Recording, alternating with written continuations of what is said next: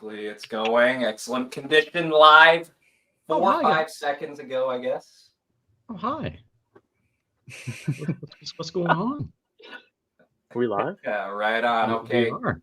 Hello, everyone, and welcome to the Con Crunchin Podcast, where we take a bite out of the convention-going experience. I am your host, Percyman, also known as just Percy or Blake throughout this podcast. Today, I am joined by the Mighty Max from PMP's Den of Antiquities, the incredibly talented J.T Lovecraft, and, of course, the immortal Charlie, who you can all find their stuff below. They're on YouTube and Instagram. They all make great content. Go check them out. That's what this is about a little bit. We're going to be talking mostly about conventions and horror stories and stuff coming up here. And yeah, we're just going to have a good time. And let me just play the intro here because that's what we've got going. And I'm very new to Streamline, so you got to also give me a second. Here we go. He doesn't seem to take a hint, this guy.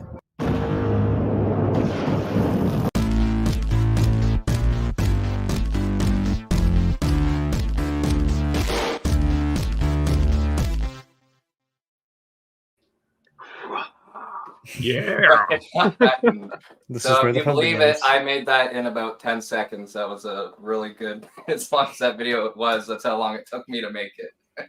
But anyways, we can just jump right into some of our first questions. And as we've done before on previous streams on the PMP's Den of Antiquities channel, we go in a rotation. So we'll do starting with Charlie, going down to JT, and then Max will end the questions. And then also, I have to point out, anyone who comes onto this podcast, you're also allowed to skip a question, pass a question. You don't have to answer it if you don't feel comfortable. Okay, so let's get okay, so I'm skipping every question, just be like, pass.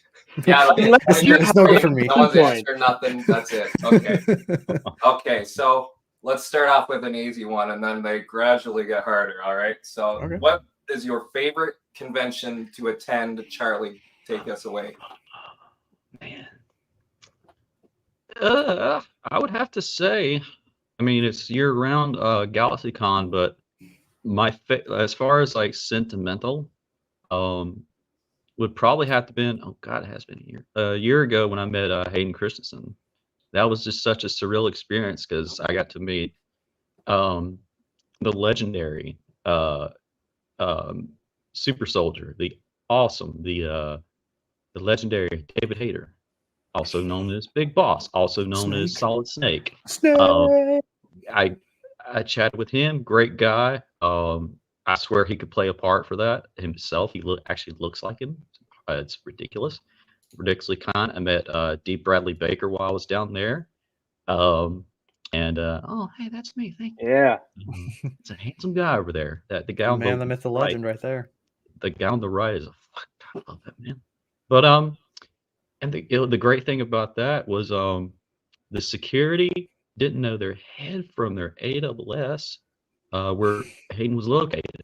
So it was very funny and ironic that I had to ask D. Bradley Baker where Sky Guy was for Clone Wars references and everything. He's like, oh yeah, just the escalator there. You take that up, go in the other room, go down, and got there in line. And I waited for 5 hours and eventually got there. And I have nothing but good things to say about that man. When he looked at me, I felt like I was going to implode because he's the chosen one, but he was also extremely, extremely kind. And yeah, I previously got robbed like the last year out of meeting him, but this made up for it. But so to answer your question real fast, that one's got a very sentimental thing for me. But the GalaxyCons are just its own little realm of awesomeness. So. I've heard a lot of great things about GalaxyCon, and I've seen lots on YouTube too, and what you've shared on your profiles. So that's a good choice. Fucking D. Bradley and Anakin Skywalker. That's pretty good. Captain Rex himself. Yeah, God, yes, man. He was his voice, like whenever you go to his table, you sometimes forget how many voices that dude's done, and then you like see his whole, the assistant comes up, which one do you want? She opens up this like ginormous book, like the book of life book or something like that, and you see like these unlimited pages, and like, oh my god, that's right, he played Appa, and you're just like, oh my god, Blind in Halo. it is ridiculous how many pictures I've seen, and I'm like, okay. What's a Rex one? And then there was like different versions. Had like season 1 Rex and all the way up to season 7. You're like, what? I don't know the pick. And I eventually went with my, one that I went with for season 7 doing the salute. I was like, yeah, I'll go with that one. And classic. He's so nice, man. Just a kind soul. Yeah. Right on. So, GalaxyCon. That's what Charlie's answer is. Good answer. Mm-hmm. And one honorable mention real fast before I forget. Yeah. God bless that legendary kind soul, 2 souls inhabited 1 body. Shout out to my brothers from Tocqueville, Tom Welling and Michael Rosenbaum. This year I went to LA for the first time, and they did a thing out there for me, and I could not have been more happy being out there. But that's its own little thing I'll talk to more about later. But yeah, sorry, I had to mention that because I love them to death. Exactly, they're immortal. They can't die. They're the best around, and nothing's ever going to keep them down. Yeah, we'll touch on a bit more Smallville later for sure. Sure. Oh, I love that about you and Peak's experiences. You get to talk to these guys quite a bit. It seems like. Yeah, that picture has the reason I got that pinned as well, that has a very like real moment for me. That was after my father passed away last year. They did a Zoom call with me for close to about an hour, and I talked to them. So that picture, why I have that pinned there, something like, why do you have that and not have Hayden Christensen or Ray Park? God bless that man. But that one always hold a place in my heart because we had a long talk and everything, and that's cool, man. Without me getting choked up too much, that one's, I love them to death, man. Seriously, I do, and I can't wait to see them next month.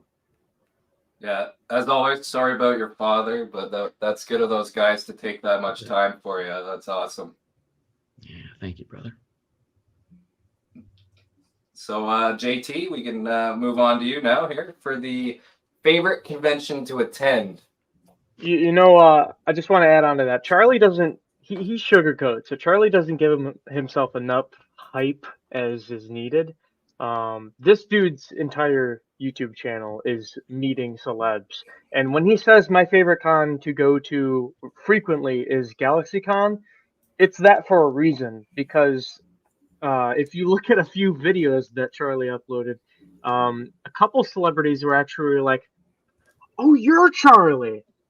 And this is because Charlie has become a unicorn within the convention, where one year they decided to put his face on the front of one of their brochures for the live Zoom calls. So that's awesome. Charlie has become an anomaly, and going so much, he's got VIP treatment pretty much every time, which is ultimate bragging rights. Cool in its own. But no, for me, I really can't name a favorite frequent, because I typically just like to hit up the local ones around me, plus a few exceptions. Like ICC Con in Nashville, when I met the Clone Wars people, that was super sentimental to me. Star Wars Celebration in London 2023, meeting all my European buddies and stream friends online, that was extremely super sentimental to me. Sorry. But I don't know, the frequent one that I usually typically go to is Nickel City Con in Buffalo, New York. And then there is Fan Expo Canada as well, that switches out to Toronto Comic Con every other time. But yeah, I keep it simple. Right on. I think those are both good choices. Of course, I got the chance to meet JT at Buffalo Nickel City Comic Con. That was That was a hell of a lot of fun. We got some pictures. I didn't know you lived so from that, close. Well, we're probably it's a 3-hour drive for me, honestly, but in North American terms, everybody, that is close. Yeah. Yeah. That's what And we can all relate to that, I'm sure. But yeah, Fan Expo is that's. I can just quickly answer, like, that's probably mine. This most recent one. That's the first one I did was Fan Expo. Met Hayden Christensen, like Charlie did. And then I was like so nervous. I barely said anything to the guy. I need to meet him again now because of that. But yeah, Fan Expo this year was crazy. I did 3 days, different cosplay every day for the first time. Qui-Gon, Kanan, and Superman. That's why I got a skit later for us to react to too as well. But now we can move on. I think if JT's done, unless you got something else to add. No, we'll just later on you'll end up seeing the pictures of me and Percy meeting each other for the first time and all that. I wanted to go to Fan Expo this year, but my schedule didn't allow it, and other issues went on. But yeah, that's pretty much. Yeah, hopefully next time. Yeah. Right on. Okay, Max, you wanna take us away now? What is your favorite to attend? I know you're mostly a vendor, but you have a unique perspective compared to the rest of us. You gotta save the best for last. So first, I'm just gonna pass. We'll move on to the next question. Okay. No, I'm just kidding. I'm just. You said you were gonna do that. Yeah. No, I'm totally kidding. Yeah, mine might be from a little more of a superficial standpoint of conventions, because obviously as a vendor, I go there to make money. You know, it is cool to be around a lot of the stuff. Celebration is going to be like my first true kind of convention, which is kind of wild, going to Japan for the first time, going to my first big celebration for like the first time. Like, I've never been to Star Wars Celebration before. I've been to like a few like video game conventions, but they were like in like a hotel lobby or something. Like that's the equivalent. Like, it's not real, it's like pseudo. So that's my first like being an attendee kind of event. That's going to be it's going to be really fun. But going as like from a vendor standpoint, I think I'm going to have to say Classic Game Fest. And it's the biggest video game convention, definitely in Austin, but possibly all of Texas. I don't know that off the top of my head because I don't have the numbers. I know it has, I think last year, I didn't check the numbers this year, but I think last year it had like 10,000 plus people like a day. So it was pretty big. I don't know what the numbers were this year, but as from my money making standpoint, and also like the people, like I really love that convention. I'm also like a collector myself of like Star Wars stuff. This is like my temporary setup because I just moved, but Star Wars stuff to like retro video games, that's kind of what I collect. So even from like a collector standpoint, that's really good. But I did one this year called DreamCon. That was a lot of fun. What's going on? I did a DreamCon this year, and I think they're going to be in Houston next year, but also like really cool. Felt really like, as a vendor, I've gone to a lot of like duds before, and people just kind of like pass you by and like they're walking around, just hanging out, maybe smaller conventions. Like, I really felt like welcomed in. It was my first year doing it. I'm kind of branching out this year, doing more conventions. So DreamCon was also like kind of like an honorable mention, because like it was really cool just to go as like a vendor too, and just see all that. It's probably the most cosplay heavy convention I've ever been to. Nice. Just because like Classic Game Fest is a little bit more on the collector side, so you get cosplays. There was actually a cool Helldivers one. He was pretty funny. We just kept like spouting out Helldivers quote, and he would emote. He would do like the Helldivers like emote or whatever. So we were just trying to see how many times he could like emote before he would like leave the booth. So we were just trying to throw everything at him, and it was so funny. But yeah, probably those two: Classic Game Fest and DreamCon.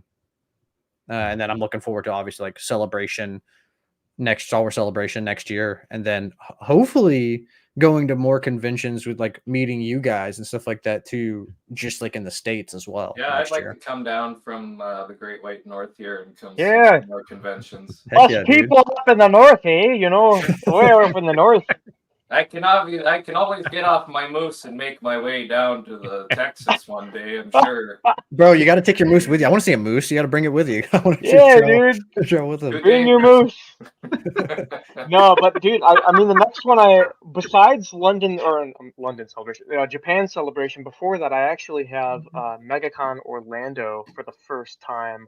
Hopefully planned. Nice. It's more of a yes than a no. But yeah, dude, that one's been getting big over the past couple of years. It's been starting to been called like the poor man's Star Wars celebration with the amount of high A-list Star Wars actors they got going there regularly each year. Yeah, Orlando and San Diego kind of are big, I feel like, for their conventions, especially numbers wise and guests wise. Yeah, Nick and I have been talking about doing that one as like vendors, doing like a split kind of like vendor thing, because that's where he doesn't live in Orlando, but he lives in Florida. Yeah. So we've been talking about that. I'm not quite ready to make kind of thing, or what's up? Like splitting a booth kind of thing. Yeah. Like me, I'm not ready to go. I can drive there for like a vacation. I don't know if I'm ready to like drive there with all my stuff quite yet, but maybe maybe in the future sometime. Just because like booths can be pretty expensive, especially like that where it's like kind of blowing up and there's so many people. Like if there's like many people, they kind of charge you a little bit more for it. But yeah, in the future sometime, it'd be cool to do. Yeah, they charge by attendance, I'm guessing, for this kind of stuff, right? Yeah, popularity and attendance. Yeah. Yeah, right on. So I think we can move on to the next question here. I've got this set up into blocks here, and we're still in block 1, but we're only 15 minutes in, so I think we're doing all right. Hey, we're grooved, man. I got all night, so I'm good. Good, yeah. This might end up being 2 hours. I hope not, but it's possible. Okay. Every time I'm like, oh, we'll do a short video, and JT calls me out like every time. He's like, Max, we've never done a short video on your channel like ever. It's always an hour plus, so. Yeah. I feel like it's the least I can do for dragging all you guys on my stuff. How long is that going to take? Drinking sabers? Yeah, by the way, Sean and Sarah in the chat. Everyone say hello Sarah, there. What's going on? Hello there. Yeah, don't get me wrong, we do have a good time, but yeah, man, we just we kick it. The rabbit hole is crazy. Anyways, best memory from a convention. Oh, Charlie, I know you had. This is a good memory. We'll go into bad memory later. Why don't we end on a good? No, well, there's other stuff to end on. Don't worry. Okay, all right. Man, that's a tough one. Again, I know everybody. Look, I love, Star Wars like nobody's business. But yeah, all right, yeah, I can say that one. So, oh God, what was this? So after my favorite. Kenobi, hello there, me. Damn. Right, look, man, I'm good. Anyways, anyway, all right, you narcissist, get on with the story. No, I will not. I enjoy my face, and I love doing this. But so back in 2022, something like that. Yeah, it was whenever I did GalaxyCon, and so when we went there. Hello there, Stanleys. It was right after the Kenobi show. I love that show, and I'm all down that hill. I love, as I call it, my high ground hype.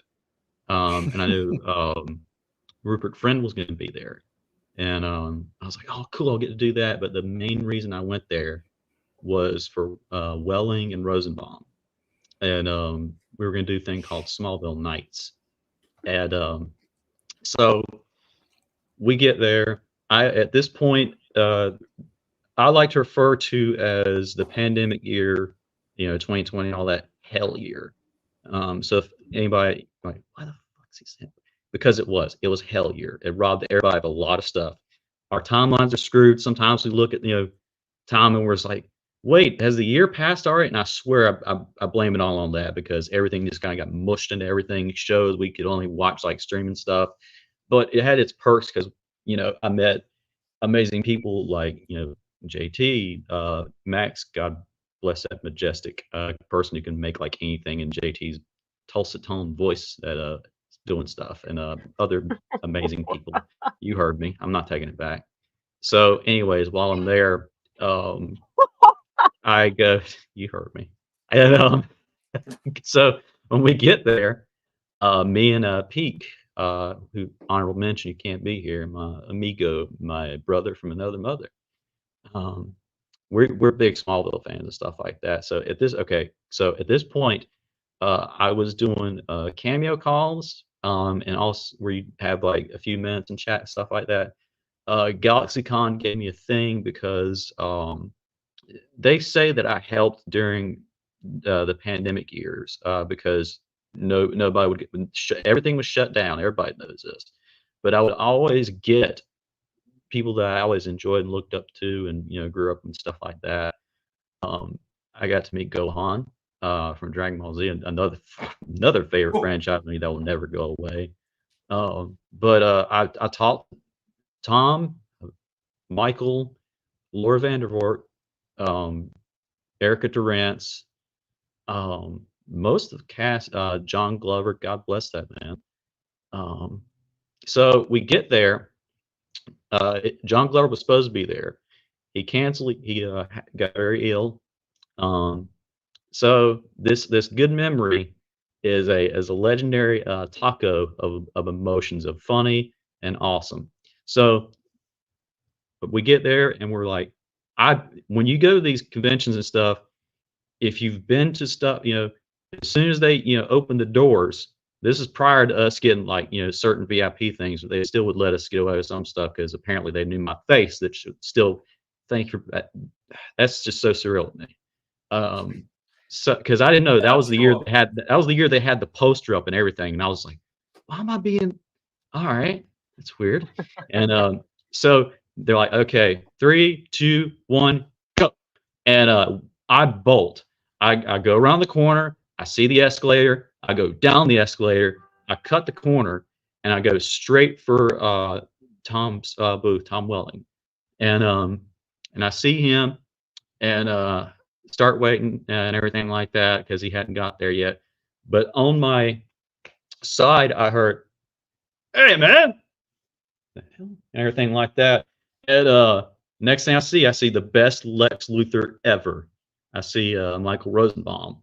I'm like, oh my God, hey man. And immediately, shakes my hand, fist bumps and everything like that. He has a notorious story of one fan, I don't even want to call it a fan, one idiot waiting in his line, not at this convention, but at another one. It left a little impression, so I want to leave a good impression of someone waited all the way in line just to go, Gene Hackman was the best Lex Luthor ever. And he's like, yeah, I know.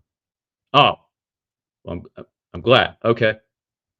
Okay. You want like a picture? No. So the guy waited in like 3 hours just to say that to him, and just an idiot. So whenever I went there, and I was like, I only had certain stuff. I didn't have like a full capacity of a reload of cash and stuff like that at the time. Keyword at the time. And I go and I'm like, shit. And I'm like, well, dude, I'll come back and get some stuff. I got a thing for Welling and everything like that. But I just want to say you're the best Lex Luthor ever. And everything. I was like, oh man, come on, man. Thank you. And everything. And I got him to sign my Pool Hall Junkies thing. He did that for free. God bless him. And then I hear another one on my opposite side, dude, like that, and I just see this ginormous Goliath of a man that's just too kind for everything, Tom Welling. And I'm like, dude, what's up, man? And hello there. And bad shot. we talked for about a good minute. Then I'm like, what's that? And I see Erica Durance. Now, for those of you who have not seen Smallville, this person is very easy on the eyes. I am not afraid to say it. That person's just, yeah. And man, just she was amazingly kind. I had a thing with her, and I got an interview chat with her on my page about working with Kane from WWF and how he was a guest on there. Yeah, and I like the one with sorry to interject, but I really like the one with you and John Glover, man. That one's like, I love that man. He tells you there's this one quote from him in that where he's like, Charlie, You really love life, don't you? And that like warms my heart. I love that about that video. That's probably my favorite video on your channel. Thanks, man. Yeah, I love that man. Because that linked up to me chatting with him and a whole bunch of things after that. Because oh boy, damn you, that was good though. Anyways, all right, on target. So we get there. We get our stuff signed. I get my Kryptonian key.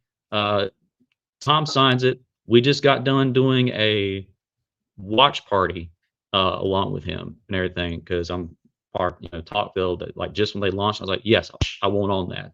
And so we were doing rewatching of season 1. There's a ship key, and I was like, Tom, you mind signing? He's like, dude, no, come on, and everything like that, and signs it.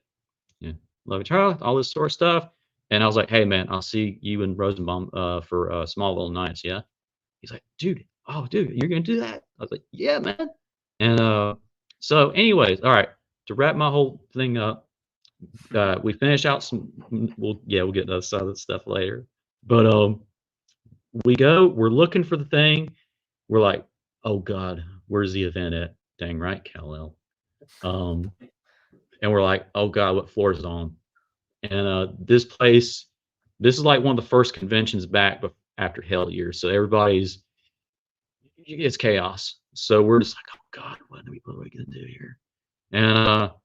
And without skipping a beat, Pete goes, well, I know what I'm going to do, Charlie. What? I got to use the bathroom. And I'm like, all right, go ahead. And so I'm looking for like maps and stuff like and everything where this like, ballroom is where this is going to happen. And next thing I know, Pete's he's a giant bastard. I love him to death. Yeah, he's a giant. Dude, he's huge. Giant bastard. He is a giant bastard. He's probably as tall as John Schneider. Yeah, and that's That's huge. Yes, he is that. Oh God, I love that man. So I'm like, okay, I found the area where we're supposed to be at.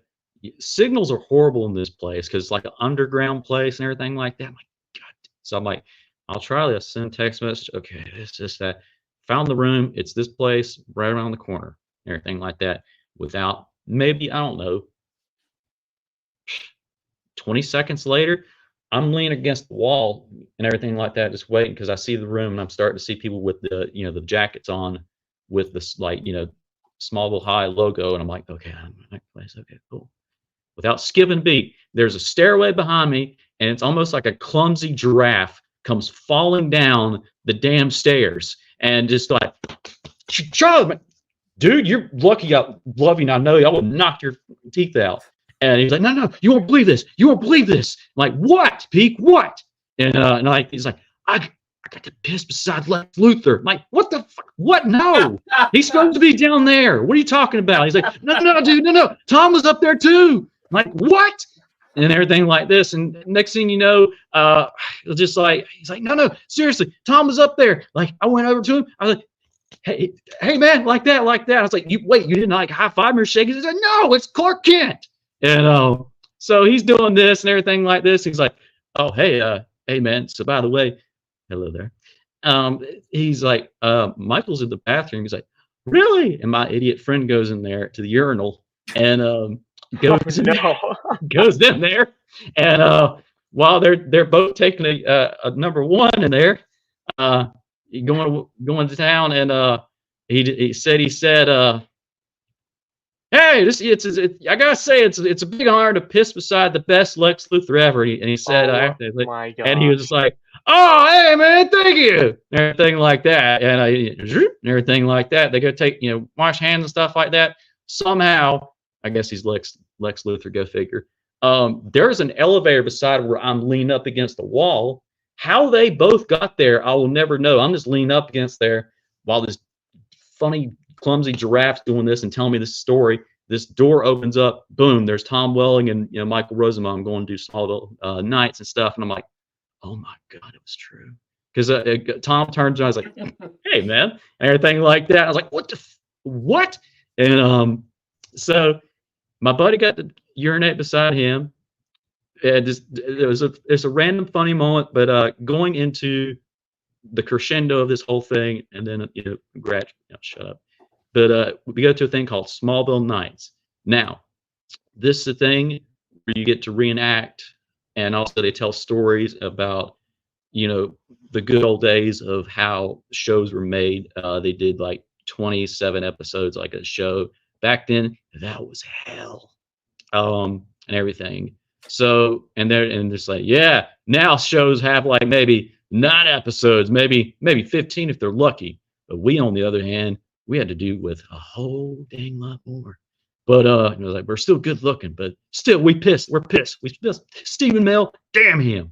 And he's like, but anyways, that we get in there, we just hear a microphone like testing 1, 2. Everybody sit down, shut up, and turn your cell phones off. And it was Michael Rosenbaum, and he's like, no pictures doing this. He's like, sorry. He was like, I'm not singing this. You guys are gonna sing this, and we start singing "Somebody Save Me" and stuff like this. And we get there, we get to witness the pilot of Smallville, and then they reenact the whole entire damn thing like it's muscle memory. Of course, they would have it. They do that, but I will never forget, everything like that, because it's like your first time doing that. I've always heard about this stuff, and they pull up they're like, you know what, guys, we're gonna let you guys reenact some scenes and stuff like that. Now, me, again, I am not an actor. I'm not as powerful as J.T. Lovecraft down there. I'm not that talented. So I can channel my energy into something else where I'm like, okay, I can do that. I've taught before. I can do, all right, cool, and everything like that. And so we get up there, and waiting in line, I peek on the shoulder, like, get up, dude. I don't know when we're gonna have a chance to do this again. Little did I know how many chances we're gonna do that, dude. But anyways, we go there, and spoilers if you haven't seen the show, but oh well, it's been out for years.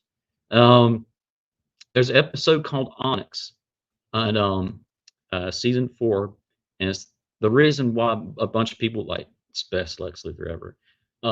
I didn't need the notes to do this. Whenever you get up to the mic, you say it. Tom directs you, and he's an awesome director now as well, being a legendary actor. That bastard's good looking shit fucker. But we get there, we get to the microphone. I see some people do it. I'm like, okay, I know what I'm gonna do. Okay, the kryptonite ring was on the left. Okay, he had the pistol in that hand. He had, I'm like, okay, I know how to do this, and everything like this. I see one person just do it in Latin right in front of me. I'm like, how am I supposed to? All right, you're good, Charlie. You're good. Everything. So I'll never forget this great feeling. This is my crescendo. This great feeling of Kal-El, Tom Welling, going, hey man, and I was like, hey, how's it going? And everything like that. He's like, well, look, when I want you to do this and everything like this, he's like, I want you to say this like something, like you're more than a part of you and everything like this. And I was like, all right, sounds good. Everything. Stay awesome, Sarah. Don't kidnap Cal Kestis. We get there, and I get to this moment. I have watched this scene so many times, so it's very surreal that I'm getting ready to say this to Michael Rosenbaum and direct towards him. Like my peripherals and everything, I'm going to shoot right at him. I visualize, the gun, the kryptonite ring, and this and everything like that. And some of the people, had to do it over, which I get because, it's not every day you get asked to do this. But I use my, teaching, energy and everything else that I use to do this and everything like this. So now I remember the tone that he used, and I got to say, I am the villain of the story, but I said this with such venom, such malice, such, like, I'm going to kill you. And in not such a good way that Tom is like, dude, whoa, what the, and everything like that. And Michael comes up, like, dude, and everything like that. I get like a little group hug, fist bump, go back, sit down, watch everybody else do it. My buddy Pete does it. He kills it. And he does like a little Joker thing. He's like, instead everybody did it differently. And he when he got to like, you're right about me all along, Mr. Kent. I am the villain of the story. Instead of that, he's like, no, Michael, look at me. I am the villain of the story. And everything. I was like, Jesus. And he did That's it, knocked it out of the park. And so just we all had a great time. And then I can leave the Star Wars thing another time. But that moment, because I just have such a special thing with that cast, is just I have nothing but good things, man. That will always hold special places. That was the first convention back since Hell Year, and that was a hell of a good thing to come back to. So yeah, in cap, that was way too Hell long. Year for everybody, man, for sure. Yeah. That's awesome, though. I didn't know that you got to do like an interactive thing like that on those shows. That's sweet. I'm glad you got to experience that. But I knew you wanted to share that story, so I gave you your time. I think we should move on now to the next story here. And that was a good one, because that's kind of what I've been waiting for. Peaky was going to be on the podcast. The story about him rushing to the bathroom with the stars of Smallville, that's pretty crazy. So, okay, JT, what is your best memory from a convention? Lay it on us. I'm going to keep it shorter because I don't want to take away from story time with Charlie. That was a doozy. Because Charlie and I call each other sometimes, and he'll tell me these stories, right? Being with Peak in the car and grabbing the oh shit handles because there's a deer in the road. No. You know. Oh no, I know. Okay. I get the rundown on my fair share of Charlie's stories, so I always appreciate it. But no, my favorite moments in a con really kind of relay to the overall vibe that I'm having with my friends. But if I can pinpoint it, it's probably when I'm trying to go get some sort of tattoo over something that means a lot to me, at least. So I started going to conventions back in 2015, and I did like a rushed pseudo cosplay of just like a random Star Wars OC. Show us the tattoo or one of them. But I started going to conventions because I heard online that Christopher Lee passed away, and when I saw that, and then that celebrities go to conventions, I'm like, I can't lose the opportunity again. I got to start going to these. Then I found these awesome people online, and people know people and stuff like that, which ended up me to joining a community of Star Wars lovers. We went to ICC for the first time. First time I ever flew on a plane alone. And this ICC con was heavily Star Wars themed. Like they had some little bits of Marvel sprinkled throughout there, but this was at a whole hotel. Mike Havens, super awesome, nice guy. I didn't know what the rules were to meeting a celebrity to get the most time to spend with them. So it came down to me meeting the 4 Clone Wars people because they were having a reunion since, a reunion at the same con for since Star Wars weekends, right, where they're all at the same place. So this was like one of the first places to bring them back. It was James Arnold Taylor, Matt Lanter, Ashley Eckstein, and Anna Graves. That's the voice actors for the Clone Wars show of Ahsoka, Obi-Wan, Anakin Skywalker, and Duchess Satine. So I go up and I got my redeem ticket because you buy them all at the same time when you're there. I had a Anthony Daniels one and Ian McDermott one too. Pretty small con, but some heavy hitter names. So just the overall friend vibe group was there. So I'm going up into the line and I'm getting ready. I'm next. I'm seeing them like in person, in the flesh. And dude, I don't know what has overtaken me, but I cried.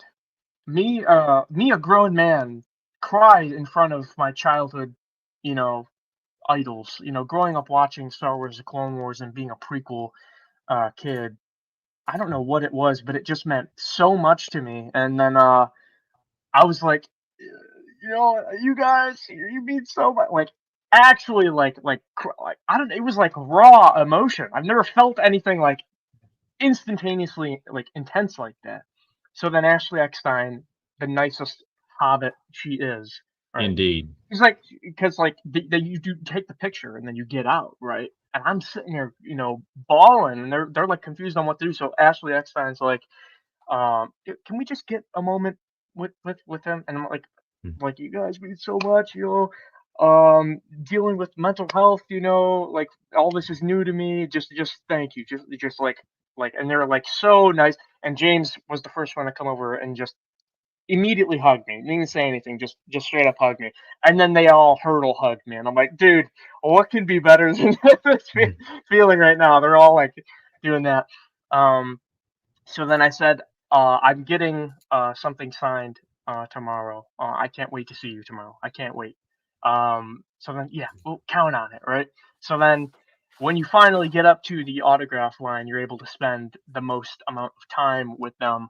So I had this idea in the back of my head brewing because I wanted to get the fulcrum symbol, which is Ahsoka's head print pattern, tattooed on me. But since they're kicking people out of the, you know, photo op line like right away, I'm like, there's no way that they're gonna give me extra time. They're hugging me now. That's already generous. They're not gonna spend more time just drawing on me. I appreciate it, but I laid down the idea when I went into each of their lines because it was my birthday at the time. I went up to Ashley Eckstein, and she was immediately down with the idea. She's like, "Oh, let's do it, right?" She did the 2 diamonds on the side, and then she was like, "And since it's your birthday," and then I have the thing I'll take out here if I can get to it quick. Yeah. But she said, "Happy birthday," time. And then she said, "All right, everyone, listen up." And this is like a tiny room, by the way. It's just the 4 Clone Wars people in this room. They have their own signing room. People are coming in and out in the lines and stuff like that. Everyone, listen up. Happy birthday. And then I'm like awkwardly just like I'm standing there like, whoa. Oh man, no, what do I do? So then they all sing happy birthday, and then they're watching me. They're all watching me. And then I go over to the next one, James, and then I give him my my dirge drapes for my helmet because he did Obi-Wan in the 03 Clone Wars, and I have a dirge helmet. I got him to sign that, and he was like, "So I heard over there what you're doing. Okay, let's do it." So he did one of the other halves, and then we got to Matt Lanter, and then he finished it. Anna Graves doesn't really take part in that trio of me growing up. Like she was a crucial part of that, but it was just so cool for her to just even be there to witness that. It's like, yeah, you know, she's in the back, yeah. And Duchess Satine's given the okay from afar. But no, dude, that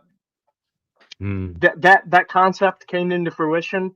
And then I think that me being a first and posting that online also gave the okay for other people to also do that. So I've actually seen Ashley Eckstein over the course of a couple of years. You started a trend. You did it first. I'll go to the grave on that. I've seen a couple other people get the fulcrum, and Ashley actually ended up doing the full fulcrum for them, but mine's more of a part thing. So cool. That's one of my favorite moments. And then another of my favorite moments is when I went to Fan Expo Canada. I actually had Michael Rooker to do a biohazard symbol to represent all the zombie stuff and horror flicks he's been on. Yondu and Guardians of the Galaxy, whatever. Awesome dude. He put me in a headlock. It's on my Instagram. You can I heard he's like super charismatic in person. Like he always tells people, I don't think what I do is acting. Like I'm just some guy. I'm like, can you do this idea? Can you just? He's like, yeah, man. You asked for this shit. I don't know, man. And he's got his hot dog in the other hand. He's eating lunch while he's doing it. He's got a hot dog and a Sharpie in the other. He's like, and he's signed right under it.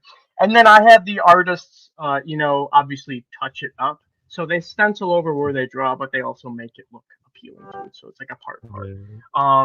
But if I didn't have Star Wars, my bread and butter would be Lord of the Rings. So when I met all 4 of the Hobbits at Fan Expo when I went for the first time, I went into the Elijah Wood line, and I pitched the idea to one of the con organizing volunteer people that are walking up and down the lines no pictures from the lines, stuff like that. I'm like, hey, can you relay this to him? See if it's a good idea. I want to get this. And I showed a picture of the flame breath symbol from Spyro, because he voices Spyro in A New Beginning, like the reboot, like beat 'em up baboon game, stuff like that. But around the flame breath symbol, I actually had him put a outline of a yellow circle to symbolize the One Ring, which is also another first. My tattoos are a collection of first times that anyone's have ever done them. So obviously Spyro meant I spent so many hours playing all the Spyro games growing up. Still do, by the way. Reignited Trilogy is awesome. But he's that's the guy, moment. man. He's the guy. It's Frodo. You gotta have Frodo do it, man. And then the last tattoo idea, which is an amazing moment that I got, kind of goes into the topic of negative moments, but it's not the end of the world. It's more so just the way things were organized on that sense. But when I went to London Celebration, I obviously have all three of these on me already. So I'm thinking about getting the live action version of those characters to do a 3-in-3. So I have the 3 Clone Wars voice actors of Anakin, Ahsoka, Obi-Wan, obviously.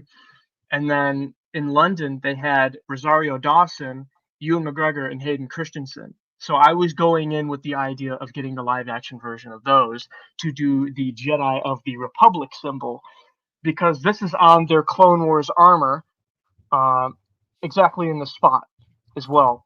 So I was going to have each of them do one of the wings, and then one of them do the middle. So I go up to Rosario Dawson.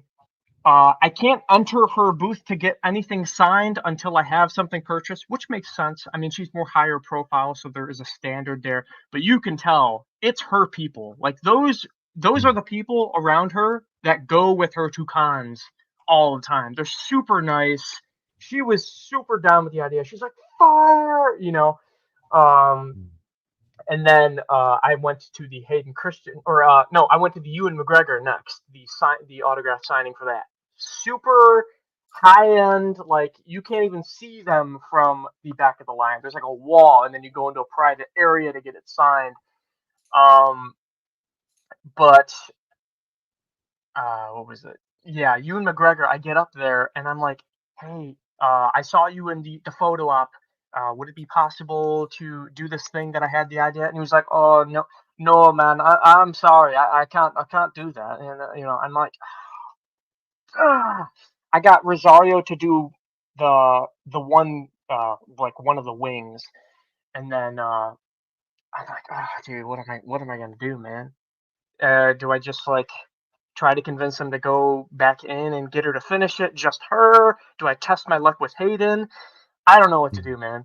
So, I've seen these people before in the photo ops earlier that day. So I was kind of trying to put the white lies into their head, like, hey, remember when you saw me in the photo op? You said you do this at the autograph line, just to make them feel more comfortable and stuff like that. I get up to Hayden, and I'm like, hey man, I already had the tattoo artist that's here. Put the stencil on. All you gotta do is trace over it.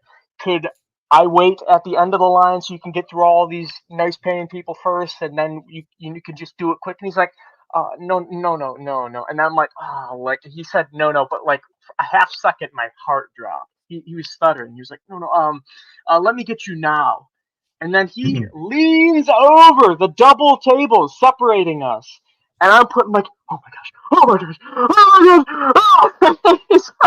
And then I had a moment with him, and I'm like, you helped me through some tough times and stuff like that. He's like, he passed me on the other shoulder. And I'm like, I cannot believe this is happening. And I'm like, dude, I couldn't get Ewan. They wouldn't allow it. So if you can just complete it, that'd be amazing. He's like, yeah, I got you. So he just finished what Rosario started. I got the tattoo the next day, and then I got another photo op with them to show the fresh ink. And then you can see in the pictures that they took with me, they're recognizing the first and everything like that. Couldn't get Ewan, but in the future, I definitely plan on getting maybe like the circle around it. The circle is complete. When I left you, Ooh. I was but the learner. Now I am the master. You know, I'll probably start glowing because I got 3 and 3, right? But the It's like vibes, getting all the Dragon Balls. yeah. But it was understandable because Ewan McGregor at the time, he was filming for a movie, so there was some sort of restriction with even getting close to fans. Because even in my Birds of photo Prey, op, maybe Jack the Giant Slayer, maybe. no, it was the gentleman in Moscow or something, or Oh, okay. I forget. But he got the crazy hair and the mustache. But even in my photo op, there was an R2 between me and my friend Strike. So next time, but it will happen. It will happen. I'm hoping he'll remember me, and then I'll show him the pictures of the other 2. The Year of Hell kind of messed up a lot of stuff for people, but I still think your pictures are awesome that you got with the celebs. Obviously, what matters is you got to meet them and talk to them, and I think that's a really cool story that you like to admit about the Clone Wars trio. I've heard it before. I love that story. I'm so proud that you were able to present yourself in such a way, and that they would also, you know, reach out to you basically. After everything that ICC, happened. Yeah, after ICC, actually all 4 of them, you know, as nice as they were, Matt Lanter was the only one that didn't follow me on Instagram. I have Ashley James and Anna Graves, actually. And I could see him not even being active on socials. Yeah, but that's like the least of my concerns. Even with like the title as like they are first in the world, that's just a bonus for me. These are a me thing. Like as cool as they are and as bragging rights as they are, I don't see it like that. Yeah, it's for because you. This is like, dude, I could cut off my skin and mount it on a wall. Like that's like how that's how much it means to me, man. But right on. No, that's cool. Yeah. I think I've got something I want to interject before we get to me and Max's favorite stories. I've got a bit of a sketch I've done of 2 of my cosplaying characters from Toronto Fan Expo, and we're all going to react to it. You won't be able to hear us, but we'll be reacting to it live for the first time right now with everyone else. Here we go. This is Kanan meets Qui-Gon in the afterlife. So tell me, Qui-Gon, how did you meet your Padawan? Oh, my Padawan, of course. By the Force, what does he know about Anakin? Speaking of Anakin, I haven't checked on him in a while. This Kanan is a weird guy, but if I don't say anything soon, he's gonna think I'm weird. Well, my Padawan met your Padawan, so I was just trying to know a little bit They about met? Oh, no, I'm so sorry. Was young Ezra alright at least? What do you mean? He was a nice old man who helped us kill Darth Maul. Actually, he kind of did all the work, but, you know. Maul. Oh, you mean Obi-Wan, of course. By the Force, of course. Did you know that nobody wanted to train the poor boy when he was just a youngling? Nobody. Who did you think I meant? No, probably Xanatos or that. It's not a big deal. Don't worry about it. We'll talk about other things. Did you want to try some of my death sticks? I've got some. Oh man, I wish Chopper was here at a time like this. He'd set you straight. Nice. Gold. That's a sketch I made today. It's kind of a proof of concept is the right word of what I kind of want to try and do with my channel more going forward. Did he meet Xanatos? No, good heavens, no, not him. He's an edgelord. So yeah, Qui-Gon thought he was talking about Anakin and was having like PTSD flashbacks, and that's the whole sketch. That was it. I loved it. I made that today, like within a couple hours. So if the editing, or like if obviously like the downtime, you'll see like Kanan's bending over and that. What that was a joke. I just wanted everyone to see, and I hope it was worth it. It was awesome. It was priceless, man. Okay, so that's enough of that crap. Time to get serious. Crap. Best memory from a convention. Go, Max. So mine definitely aren't as cool as JT's and Charlie's because I haven't gone to really any. Like, as a vendor, you get some sort of stuff, but like for me, it's a lot of like moments. I guess I would say like it takes me back, and this is a large reason why I make the stuff that I make. You know, whether it's like inspiration from like Lego Star Wars or RuneScape or just whatever video game. It's like, you know, I'll be sitting there just kind of minding my own business, either staring off into space or like talking to like usually my girlfriend does them with me, so I like talk to her. And then like out of nowhere, you'll be like, somebody will be like, "Oh my god, that's so cool! Like I've never seen that." And then they'll like pick up like a megaphone blaster and like start shooting people, or like, "Man, you have no idea how many hours I spent on this game as a kid," or like even like little kids, like I'll have something, you know, like a lightsaber or a specific logo or prop, and like the way that their eyes like light up when they see it, it's like the coolest thing. And it kind of takes me back to when like I was a kid going to like, maybe I'm dating myself a little bit, but like going to like Toys R Us or something like that, and just like being like, "Oh man, this is sick. Like I really love this stuff." You know, yeah, you can actually, if you go to the About Me, you can scroll down, and like I had some cool stuff with like some stormtroopers and clone troopers, and I dueled with like Darth Vader for like, these are all old photos from like some of my first couple conventions. But yeah, we're doing like a duel with the 501st. That's actually Classic Game Fest right there. So the 501st comes through, and they like held some of the blasters, and they thought it was cool. So it's just a lot of little moments, man. A lot of like, you know, you're doing a lot for these conventions, and it's cool when it pays off, when somebody just like, you see that nostalgia, that excitement like hit their face. And I don't know, I guess it's just like the little serotonin boost that you get, you know. Dude, and I can confirm that he makes some cool stuff. True story. True story. I got my stuff in the other room, and he's pretty wizard. He's very good, damn good. Yeah, that was me at Ren Fair. On the Ren Fairs that we have, doing some RuneScape stuff.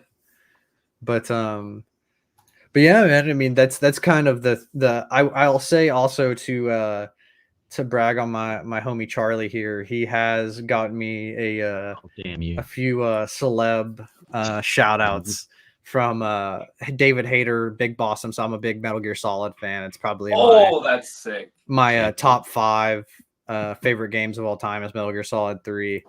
And it was just so funny because he was talking to me about CQC, and he's like, "Max," he's like, "I know you're a big fan," like doing like the Solid Snake voice. He's like, "Where the hell are you?" And it was so funny. And then he got me Liquid Snake as well. Dude, it cracks me up every time, because like he'll start singing like the Happy Birthday song, or I can't remember what song he was singing, but you started singing it with him, and it like blew his mind. He's like, "You know this song?" He like was like totally into what he was doing, and you like Jedi mind tricked him, and he just was like blown away that you knew the song that he was singing. Indeed. But no, yeah, so those are probably my coolest like celeb meeting moments. Was like, I didn't actually meet them. Charlie was just nice enough, out of the kindness of his heart, to have a video made for me. So not being a vendor, just on the consumer side, I guess that would be like the coolest thing. But yeah, it was really cool to like pseudo meet like David Hayter and have him like have like a message for me and stuff. So that's hilarious. Yeah, if I could just interject before you start, Percy, with what Max just said about Charlie getting him the video. I guess I'll give some kudos to Charlie as well, because the kindness rubs off on people. Although he's still at the top of my meet list, I've always wanted to meet Sam Witwer. A couple of the boys back went back into a little group like this, and Charlie was like, "Hey, happy birthday, man!" And Sam Witwer made a customized video for me. That sprouted the idea that, oh, maybe I could do this for other people too. So I got one of our friends, Lainey. She's a huge Mara Jade fan. I got a Timothy Zahn shout out from her. Charlie, I got you the Andy Serkis, because you're the one way out guy from that, man. Dude, Andy. Where was Timothy Zahn? Sorry, I was just wondering. At ICC, and he'll actually be at ICC next week too, because they're doing the hotel as well. And then the third was more of my recent, because that's why I've been MIA recently. But I got a shout out with Percy from Daniel Logan to our friends Strike and Avela, because I was a best man in their wedding in Finland, and they played that on the big screen, and man, their faces lighting up just made me feel so like 100% of my body just felt warm, dude. Like that was awesome. And Max, just like what you said about like seeing people's faces light up and smile. Although my cosplay is not fully done yet, like my first official like awesome one that I've been working on for a while, even starting the conventions like back in 2015 and making that pseudo crappy foam one, we didn't even make it into the building, and some family with kids were like, "Oh, Mom, I need a picture with the Star Wars," and I'm like, man, that's great. That's a wizard. Yeah, but that encapsulates just like a whole of like what everyone experiences at the conventions. Like everyone's just there having a good time. That's what it's all about. Can I interject again to say a little shout out to Strike? Without him and Avela, I wouldn't even know these three guys. So right? A quick shout out to them, because I started YouTube around the same time Avela started her. I know she does another YouTube, but around the time she started her Star Wars YouTube, I started mine, and I kind of followed her along with my journey on YouTube, and now I'm here with you guys. So like it's kind of evolved into this great thing. So yeah, great community between two Star Wars nerds, Strike and Avela. That's how I've met you guys for sure. Love those two Star Wars. It's our life day once a year. That's just it, man. Just stalking my Instagram. That's just it, though, man. Like everyone knows everybody, and the community just keeps going deeper and deeper with awesome people, like to share nerdy knowledge too, and just nerd out, have a good time. I love it, man. Conventions is a good outlet to do that. Community here. Yeah. I want to say we because I feel like I'm part of it now, but it's been built up for like years before me. You guys like just so super fun. Yeah, dude, you're 100% a part of it. Yeah, even if I like insert myself more than I should. No, dude, no. I was talking actually. I think I was talking with JT about this. I was like, it was cool because you kind of like were just like it was like the same way like JT met me. I was like, hey.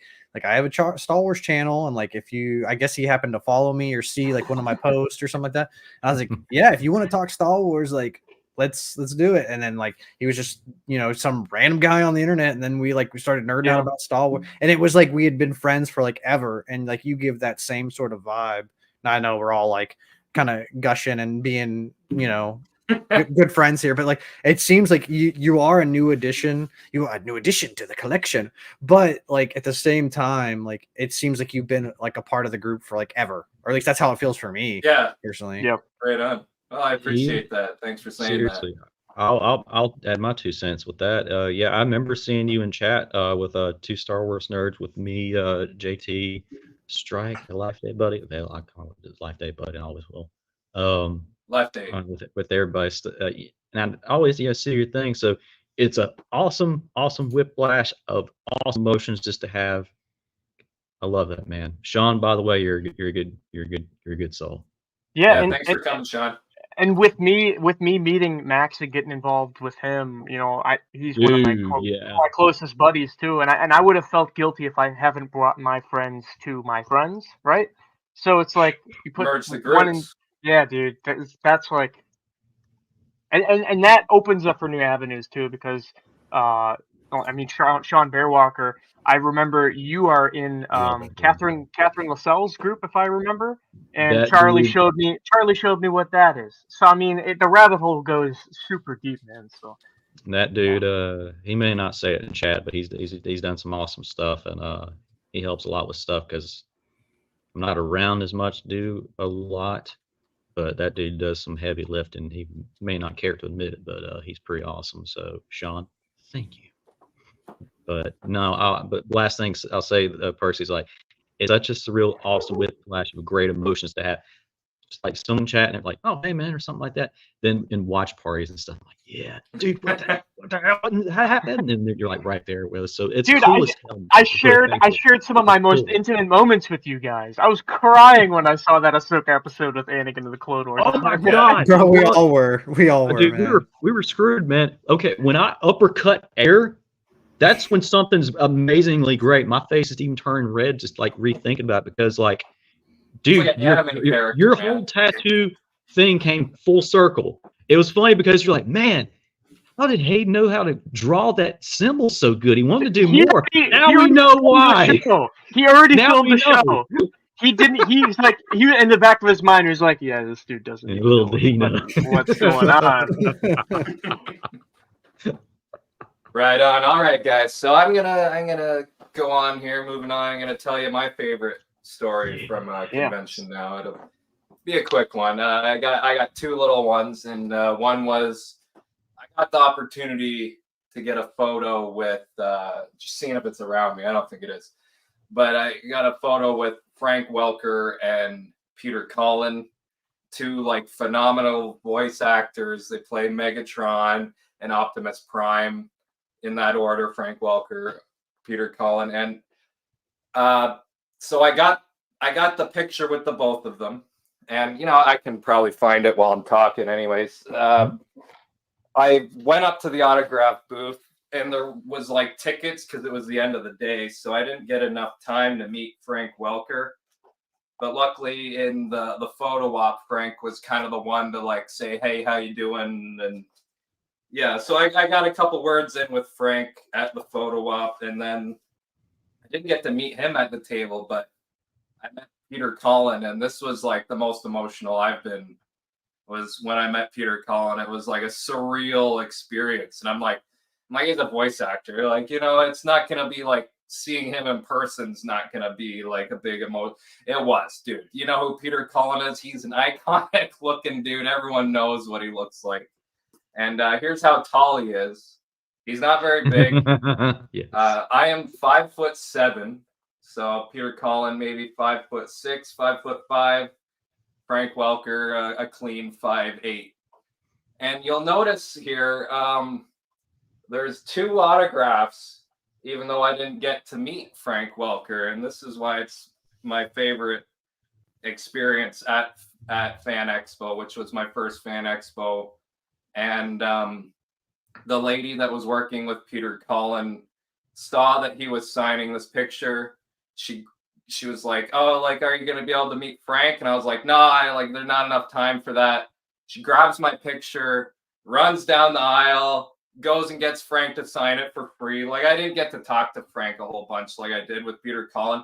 I actually told Peter Cullen I loved him, and I thought that was really embarrassing until I saw an interview with him later on that said that he loved everyone that came to the conventions too. So that made me feel a lot less awkward about telling like a hero of mine that I loved him in person. But yeah, so this lady, she great. Like the people who are working at these things, most 90% of them plus are volunteers. You gotta give them props too. And she literally just like free of charge went and got me Frank Welker's autograph on that picture. And yeah, I was like sitting there waiting, like, while Peter's like talking to the next person, and I was like, oh my god, like, is this real life? What the heck's going on? Mm-hmm. And then yeah, it just came back, and that was like my best experience with the people working there. And I've had great experiences. Like London Comic Con is my other favorite place to go. It's really small. London, Ontario, not England. And I met Lou Ferrigno. I met the two stunt actors for Pedro Pascal's The Mandalorian, which are named Lateef Crowder. He's the stunt double and stunt coordinator. He won an award for the Ahsoka series.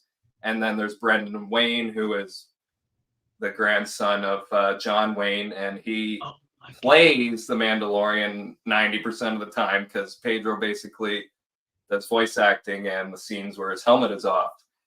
And people even, yeah, I had That'll have to be another episode because I talked to those people for a long time. Like London Comic Con, small cons, if you can go to them, you will have the greatest time talking to these people. I was given a good 15 minutes, literally 15 minutes of talking to Brendan Wayne. And I wasn't the one carrying the conversation. He was like pumping out, like, hey, you wouldn't shut up kind of thing. I loved it, obviously. Like, that's what I was there for. And yeah, dude, Brendan Wayne, if cool guy. If I wasn't with you getting your thing signed, it wasn't such a small con, I don't think Daniel Logan would have been able to do like a shout out for the wedding.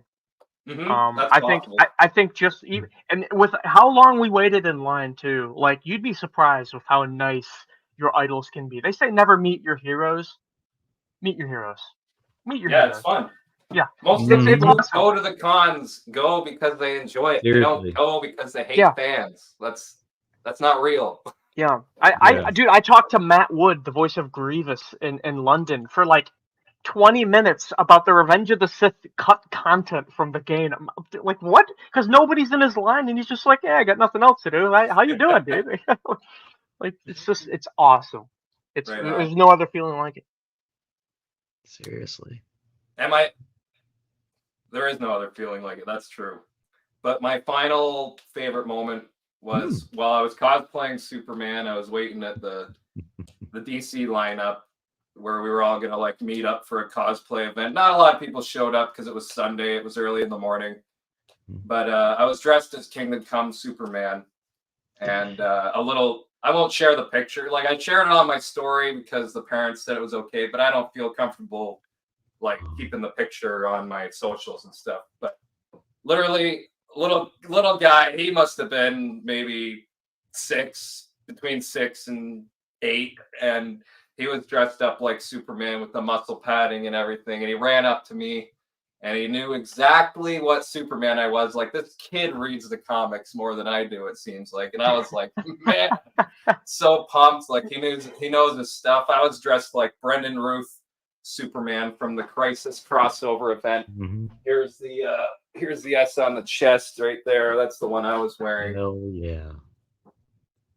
And he knew exactly who I was, which was really cool. Like, I'm so glad that Superman, obviously he's been around since 1938. He's older than Batman, but like, I'm just glad people still like him. He's my favorite. Damn right.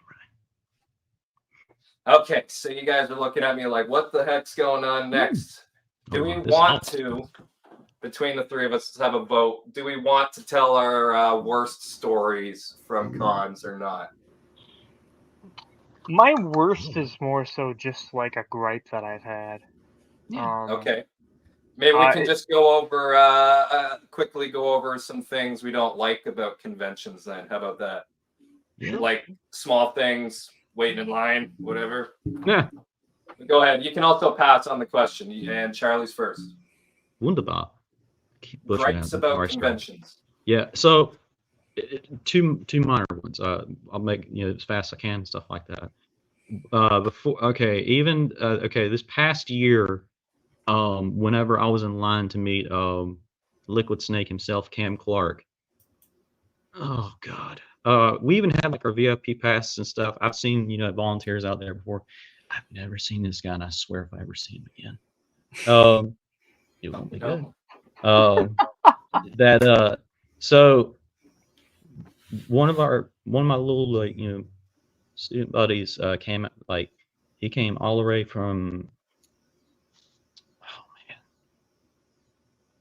maybe a 6-hour drive just to come to GalaxyCon and see us and stuff like that. And so me and Peak wanted to like, oh man, yeah, just come with us and everything. Let's be in line like and everything. So he was with us for better part of everything. But on the list, besides me, everybody else like Turtles, which awesome. So, same. I grew up on some stuff like that too. But there's a special part of my soul that really loves Metal Gear Solid for good reasons. We get there, this fool, yeah, right there. And there's a thing whenever you have like the VIP stuff, there's like a certain color on it. You see like lines on the floor and everything like, but the VIP thing right there, No, it's overflowing. We're cutting off there. Just wait right here. All right. And we waited there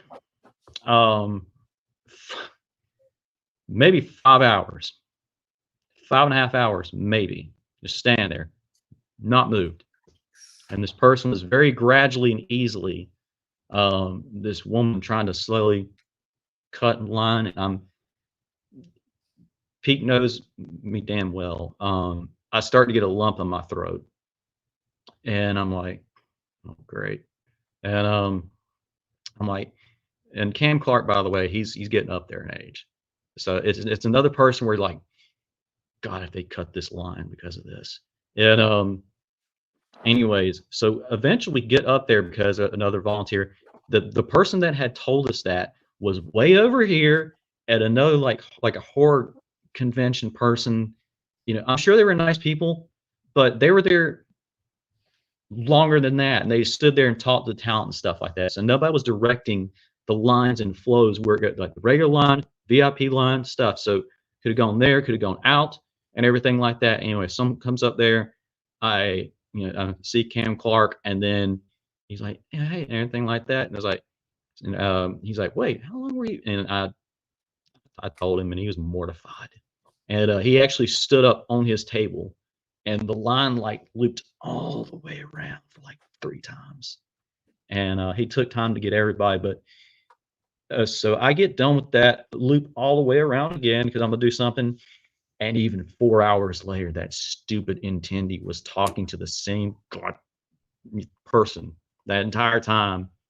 And I left a little note, a friendly note there for that. So that was that. My other one is a little bit elaborate. I won't say what hotel it was because I'll leave that out. So me and Peak get there. We knew that it was the same year this previous year. I won't include the deer incident. I appreciate that, JT. Those things are monsters. They're evil. But the sheer fact that we get reserved like this, this room, we 2 separate beds, bathroom, TV, that's all we need, and everything. So we get there. We know this is gonna be hell because backpack, I'm carrying a poster because I got all my Daredevil stuff I need to be signed by Charlie Cox. I got John Bernthal and all this sort of stuff. I'm like, man, this is all right, thank God for these VIP passes, but still my back's gonna be like hell after this. So get there. We're running on like maybe 3 hours of sleep because the monsoon season just came rushing in during July for some reason. Yeah. Oh, there's a funny story behind that, but we'll get to that another time if I want to. But anyways, I love those guys. So anyways, we'll get there. For everyone who was wondering earlier. Yes, that tall, giant NBA bastard. Giant bastard.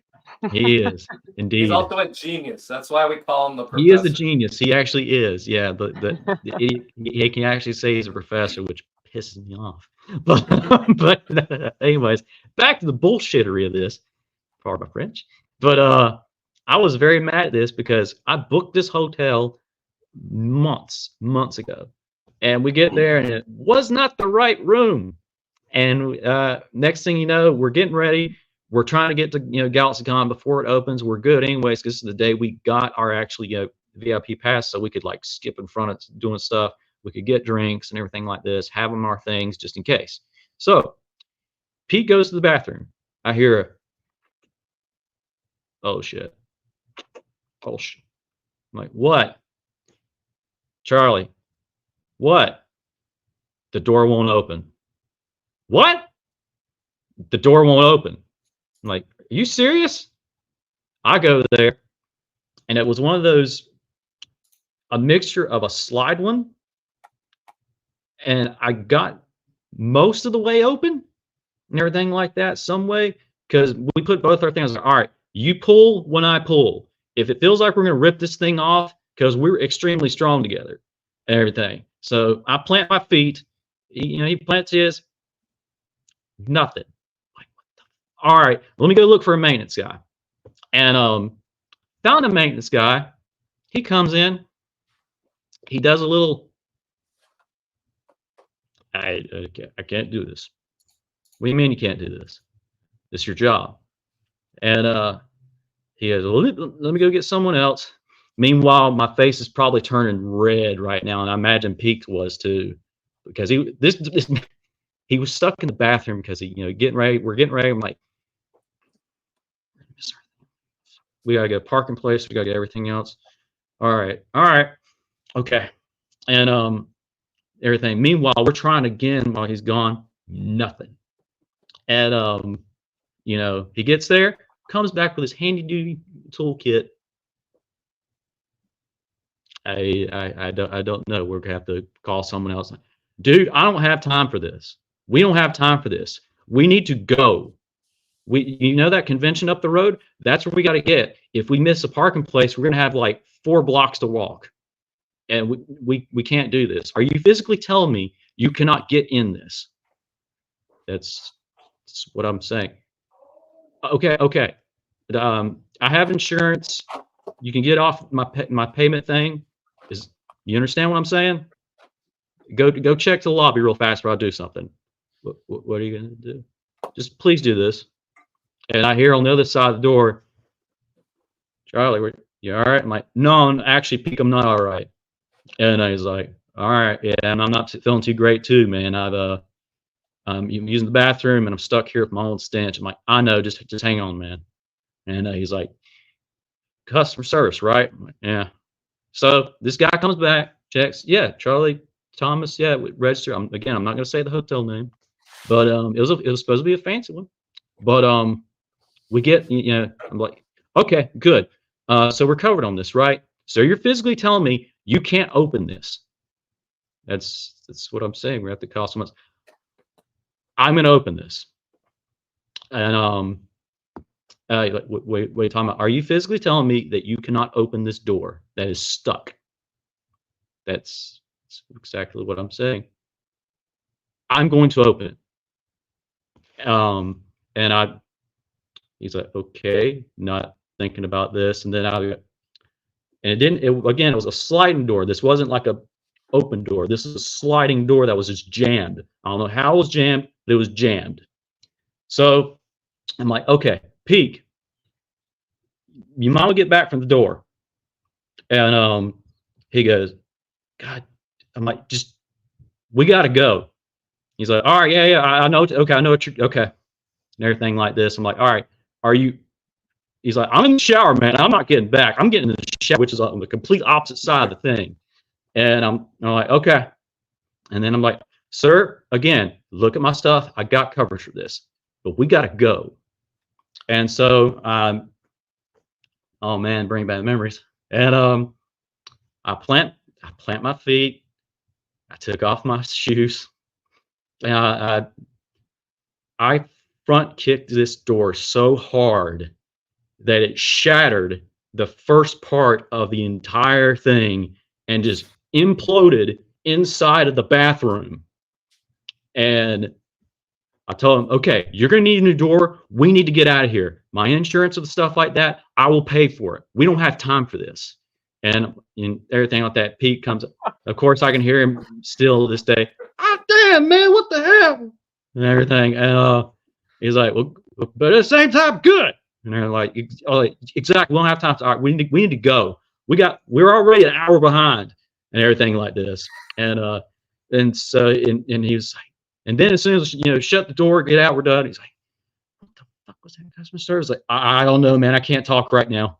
I'm gonna transform if I do. But anyways, the moral of the story is hotels have better customer service, have a better door, because sometimes my bad experiences lead me to breaching a door that leads into my training, that leads into some of the stuff my dad taught me whenever. So yeah, I murdered a door. That's my bad experience. The moral of the story, I murdered a door. Do you know what that reminds me of? From the Revenge of the Sith deleted scenes when Shaak Ti gets stabbed by Grievous and they go underneath the ship and like the fuel lines of the swimming, they climb up the thing, and then the super battle droids are following them, like the grapple droids, and he pressurizes the seal, and then you see the indent of the explosion of the battle droid's head in the wall. That's like Charlie when he kicks the door, you see the indent. He's like, it's okay. I have a lot to learn. It's like, they'll never hold the pressure. That'll never hold. I was so mad. Yeah. Don, I didn't tell you that either. Murdored. I was mad. I was like, God, we're an hour behind. We're gonna have to park this. Okay. And yet I don't even know how many pieces that went into. Yeah, Staley's. It was that's more of a hotel mishap than a con mishap. But yeah, still, that's what still I was on like, the time crunch though. Yeah. I left them a great review after we checked out for the. I'd call that crunching. That's the Con Crunchin podcast right there. Anyways, Charlie, I know you've been saving up that story, and I'm glad you actually had it like in a organized fashion for us. Yeah, I don't think I've heard that one. I've heard a lot of your stories, but I don't think I heard that one. To tell that one. So Yeah, that's good. Nope, the Rolodex of Charlie stories. Yeah. Yeah. Having to breach a door because of a stupid hotel fault, like that's not why you want to be late. It sucks, but it kind of probably made you feel bad. You're already doing so much. It felt great at the time because I was like, all right, okay. Are you sure I'm covered on? All right, yeah, I pay for a down payment. I'll pay for it, whatever. But for God's sakes, we booked this hotel. Sean, you're awesome, man. No worries. Thanks for watching, man. Yeah, man. Seriously. That's the rest of it if you want to. Love that, man. But the fact that we were an hour early, and then by the time the shenanigans happened, we were like, okay, well, we're not getting our parking place, so this is gonna be an extra thing. Oh my God, okay. And it just all got piled into one. And I'm like, all right. Percy, you should get this. Red Kryptonite Charlie came out. The Red Lincoln Kryptonite Park starts playing in the background. You're sure, whoosh, whoosh, whoosh, whoosh. Oh my God, yes, Max. I Ultra Ego Vegeta Final Flash that damn door. I was mad. Well, Lincoln Park plays in the background. I was so angry. I was getting, oh my God. I was mad. It felt good for at least a second. But then, broke back in exactly. Except the Superman, that's what would happen. He comes back and he's kind of not that great anymore. Yeah. Nice Charlie went out the window, and that part came out. But then after that, we got there, we got out, and everything was fine duty. Those are my only two ones. I've never had a bad experience. Knock on wood. When it comes to the actual people at conventions, besides that, but I have spoken. Well, that's good. That's good about the conventions. Bad about the hotel. I say we move on to JT now. Yes, I got two. Yes. You got two. Horror story, worst story from a convention. Worst story. Well, one of them was kind of recently, and it kind of goes into cons as a whole. So I'll just go on that one. As when I met Blake for the first time, we were in the Daniel Logan line, and I had this plan to meet Ray Park. Darth Maul's my favorite Star Wars character, so Sam Witwer, Ray Park, they've been at the top of my list for a long time. And I tried to meet Ray Park back in 2020 at Ace Comic-Con in Boston. I was going to fly out to go see him, but it got canceled a week before I was going to meet him. So close. And then Nickel City Con comes up with an opportunity, and I'm like, dude, this is the chance.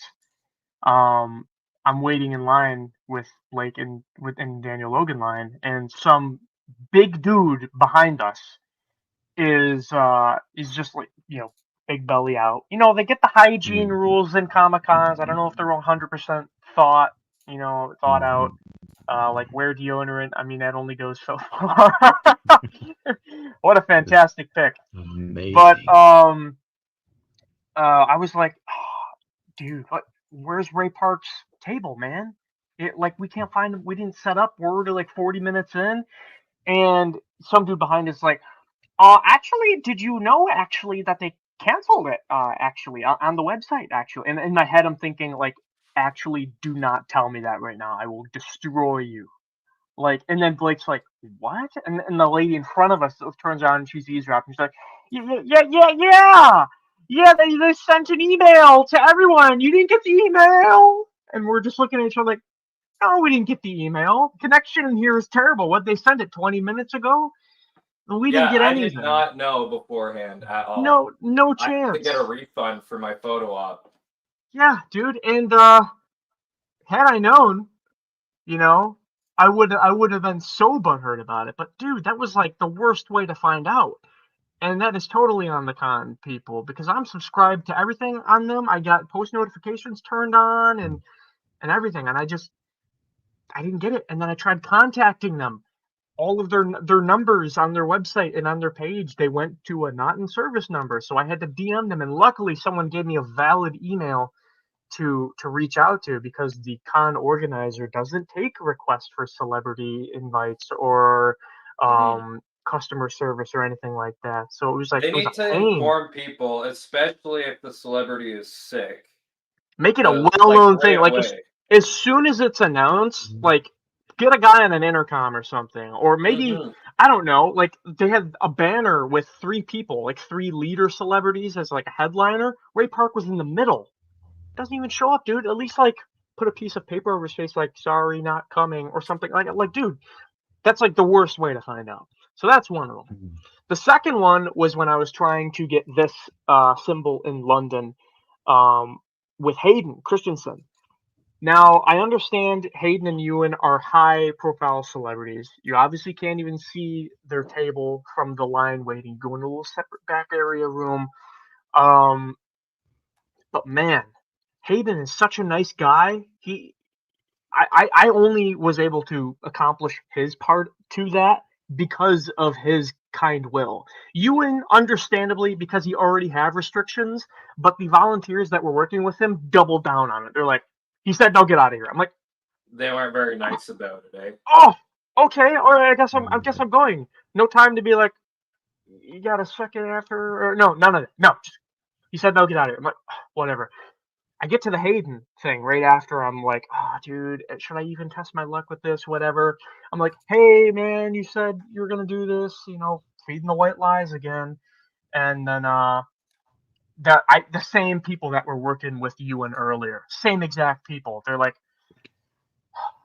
they're doing like that kind of thing. And then when he said yes, I saw them like visibly get angry on their face. Like they were like, they stuttered like, we're supposed to do okay, all right, get it done quick, Hayden. Like they didn't like that. They slap him on the wrist because even in the photo ops, you're supposed to be in and out, but he was taking time with each person. Hey, how you doing? Shake a hand, have a hug. What do you want to do? You want to do force choke? You want to do Dooku? That's cool that he didn't care, man. He takes his time, dude. Yeah. He spits back in the face, and rightfully so, at those volunteers because they should not be doubling down on getting people out because people wait so long in lines and they pay so much money to see these people. It should 100% be up to the actor, but obviously these contracts are messing with it big time. The volunteers that they pick should be quadruple checked, man, because like that was almost not going to happen because of them being like grouchy and like, dude, what are you doing? So yeah. Those are the two. Just make sure you got the right people and the people working at the con as well. Make sure everybody's informed 100%. No one's left in the dark about any information, period. Yes. Those are my gripes. Yeah, I admit that was really annoying about Ray Park because you and me basically went there because of him. I had a duffel bag with Darth Maul's cloth from 1998 when they were making the costume. I have a prop double lightsaber I had in the bag. I had the tattoo stencil I was gonna get him to trace. Like, man, I'm lucky I liked X-Men because I got to meet fucking that I loved talking to. But cool yeah, big disappointment. Ray Park couldn't be there. Not his fault, but the convention definitely at fault for not telling us about it, or especially making when you don't like obvious to the people at the convention. Because I'm from Canada, my cell phone don't work no more when I go to the States now, and then people at the convention get Wi-Fi, and they're probably getting their credit card information stolen, but the Wi-Fi sucks, even though you're getting all your stuff hacked. Sorry, we're idiots. Oh, dude, in London, when I was trying to even buy like a Rosario ticket just to go up to meet her to give her like the ask, I couldn't even get on their website to buy a ticket. Like, it was just constantly spooling. And then when I finally got it, it took a year to bring up the QR code for them to scan. Like, it was, come on, dude. You almost need a personal hotspot with like the amount of service that's coming into this building then. Jesus. Yeah, no, that's never good. The They need to fact have like extra. They need to like set up some extra Wi-Fi stuff for sure. I gotta give But- JT props real fast. I know the company that he is talking about because they were the same ones in Denver last year when I met Hayden.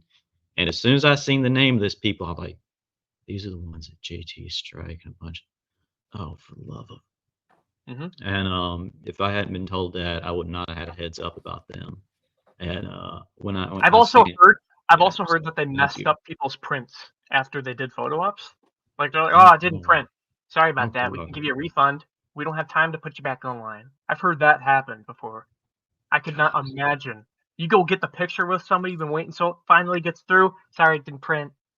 Did you get the digital? We can email it to you. Like, you must need to get the digital because if they Gee, mess up thanks. and you're screwed, you know? God. Hey. Monsters. All right, well, that's pretty good gripes right there. I can admit that's probably gonna be my gripes as well. Like, I'm not gonna answer the question, but I'm gonna throw the question over to Max because he's been kind of quiet the past little bit. Let's hear him.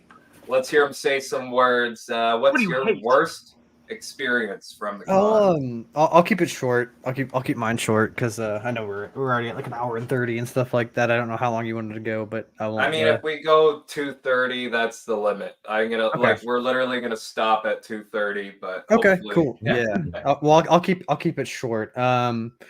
So really my only like I have two like really quick gripes and then I have like a little story. But so my two quick gripes, hygiene's a big one.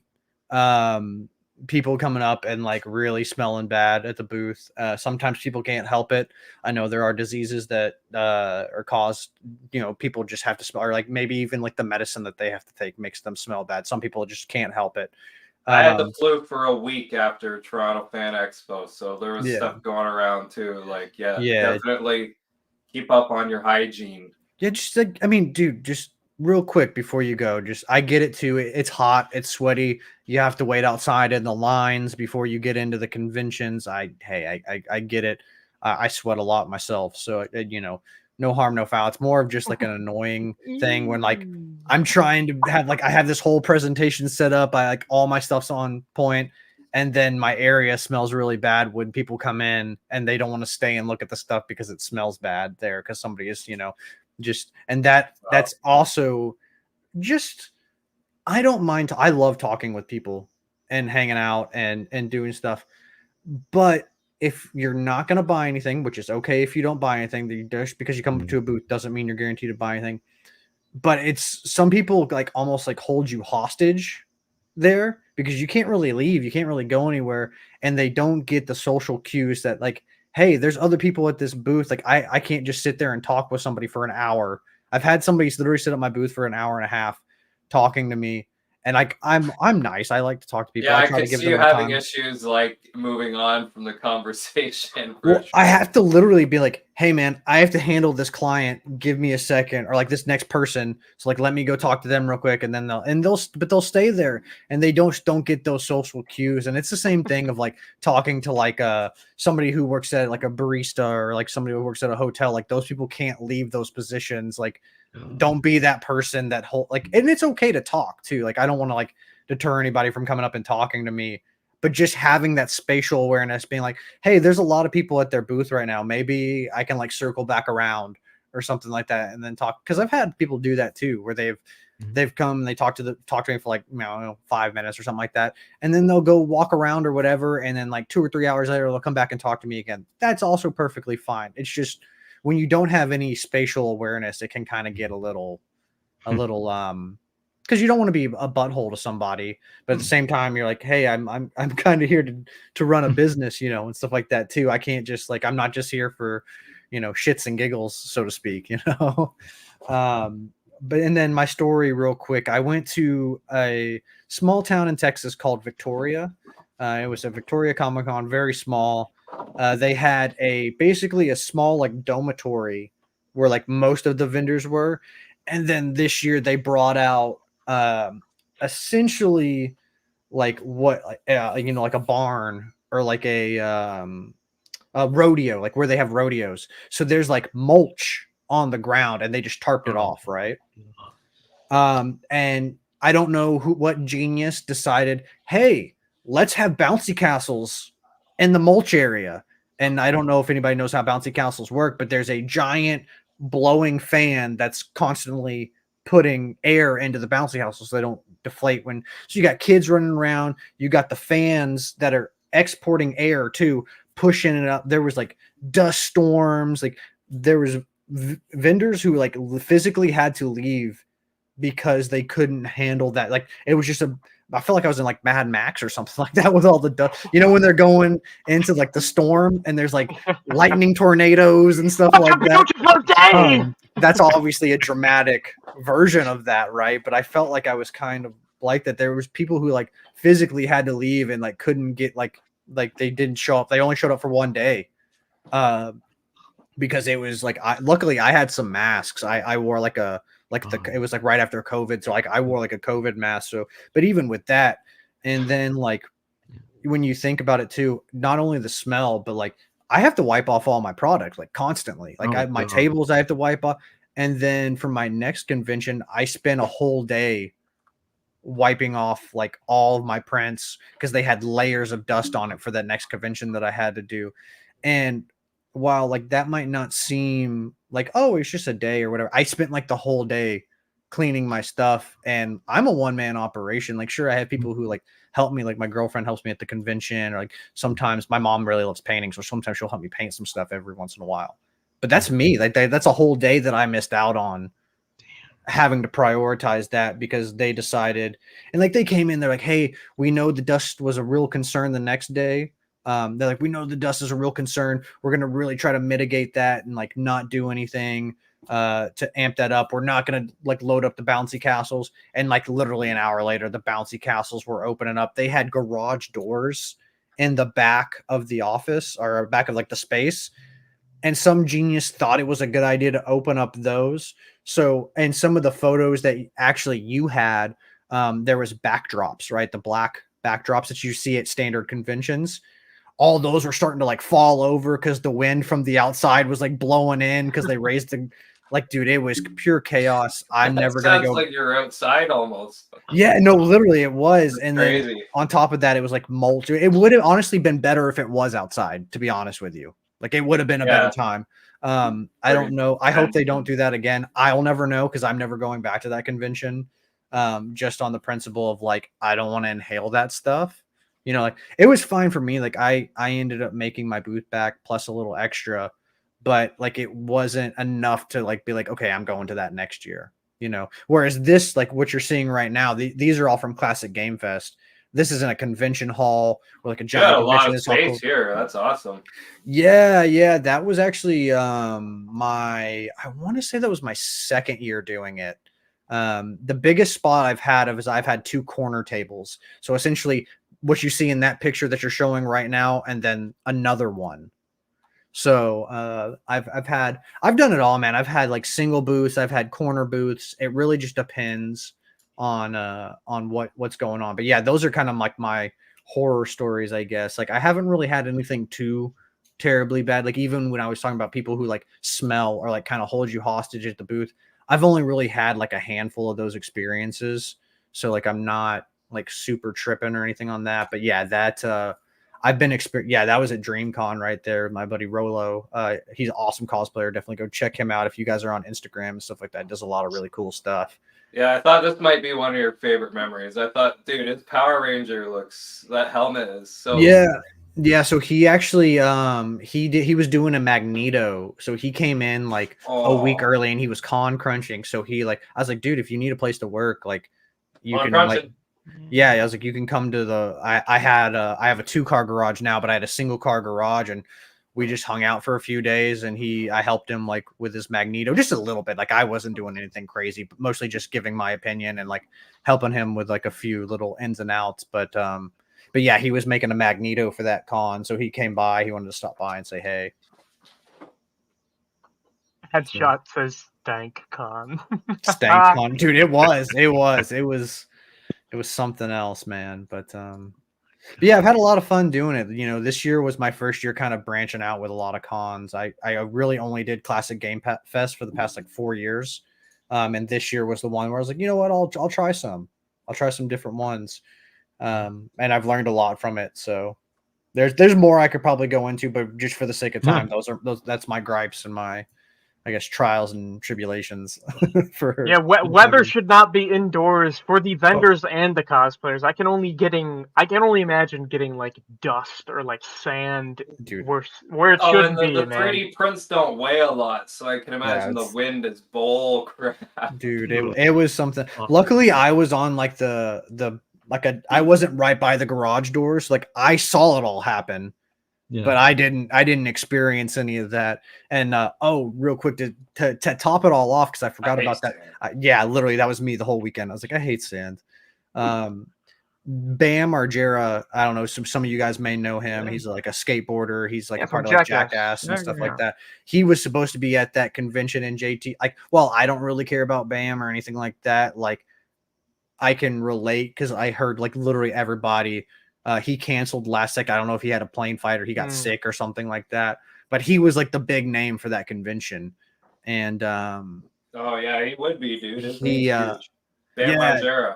he canceled like literally the last second. And like literally I heard like I think it was like 2 or 3 hours into the convention.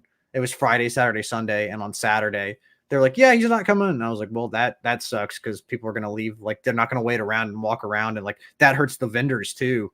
When somebody cancels like that, because the people not as many people show up or not stay around. You know, some people are like, oh, well, I'll kill some time and I'll just go walk around. I've already walked around 5 times.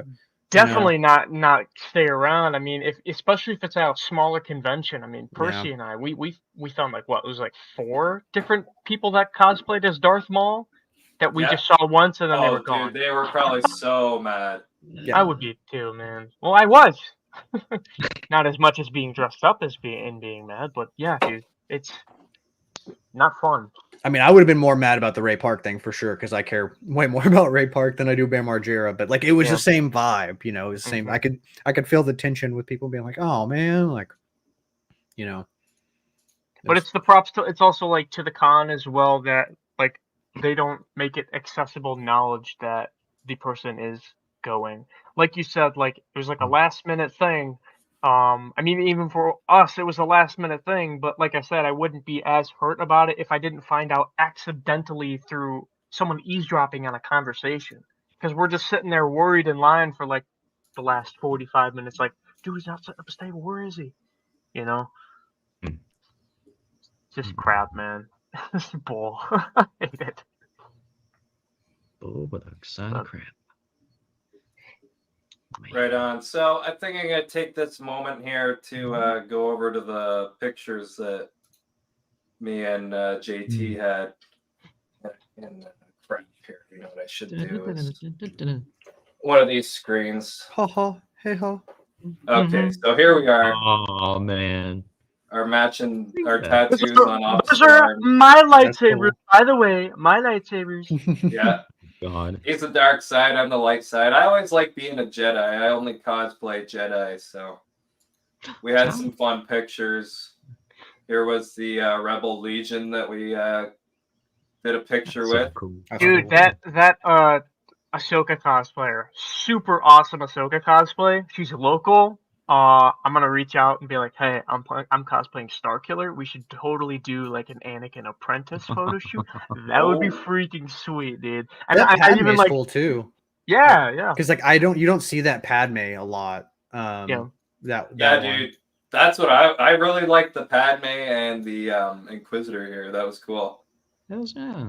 Sorry, JT, I interrupted you though. Then you got Qui-Gon in the middle, man. Yeah, I wasn't wearing my stuff. That's bad. Sadly, I would have worn it if Ray Park was there. That was the thing. But he was not. Yep. We even saw more Mauls and a Darth Talon. They were cool, yeah. See, like, this is when he's clean shaven and I have the mustache. That's what he was talking about. Switcheroo.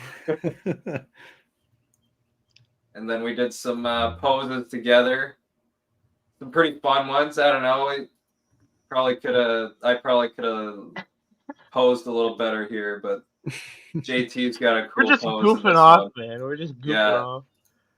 Good times doing some Obi-Wan No, that's blocking. Aw. Just boys being boys, man. Yeah. Like I said, first time ever meeting him in person, and it was like we were buddies in high school. Yeah, it was fun. Yeah, we saw Daniel Logan together, and we got that beautiful story from him. Basically, like he wasn't just like he wasn't just like happy wedding anniversary or like good luck in the next one kind of thing. He was just like fucking. He went off he went on a big tangent, making fun of like the bride and groom and us. And, it was He's like, I hope funny. you have a lot of clones together. Avela is no longer available anymore, so no more bounty hunters. Like everything he said was like on the spot. It was perfect. It was I couldn't have asked for a better way for him to do that. Super happy that he did that. Yeah, I it should was have right brought off the something tip for of him to his sign. tongue too. Whoa.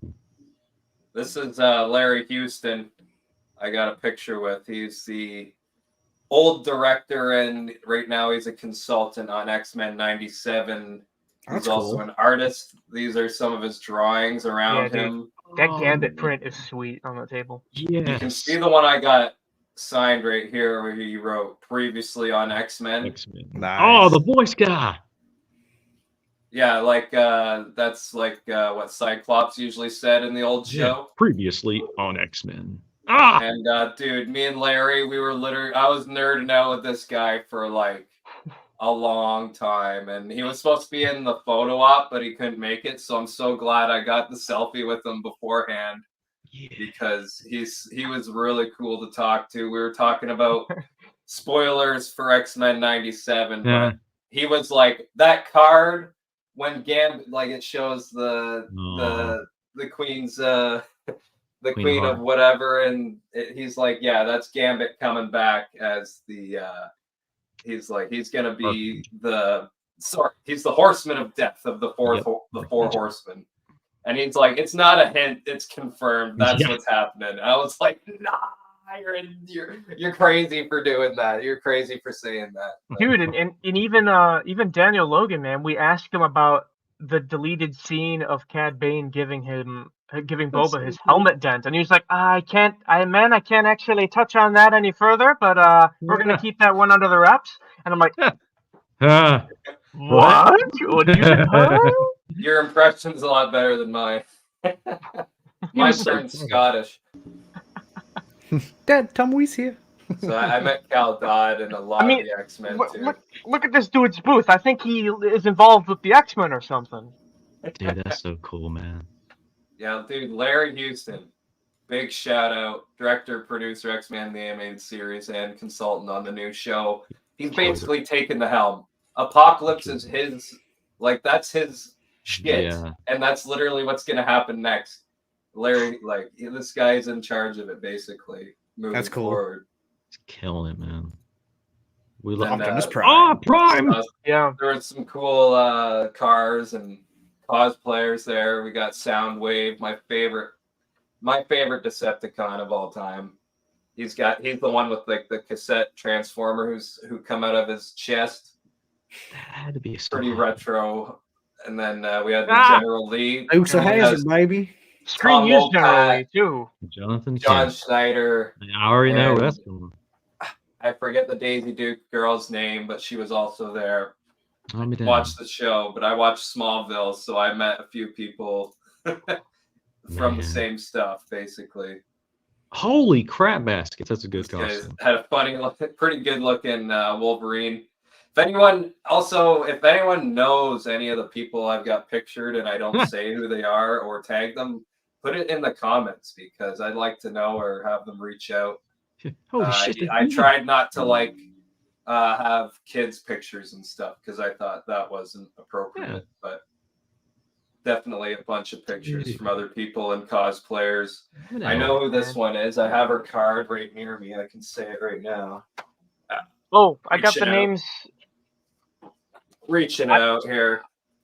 She also does like a good Mara and a bunch of other different ones.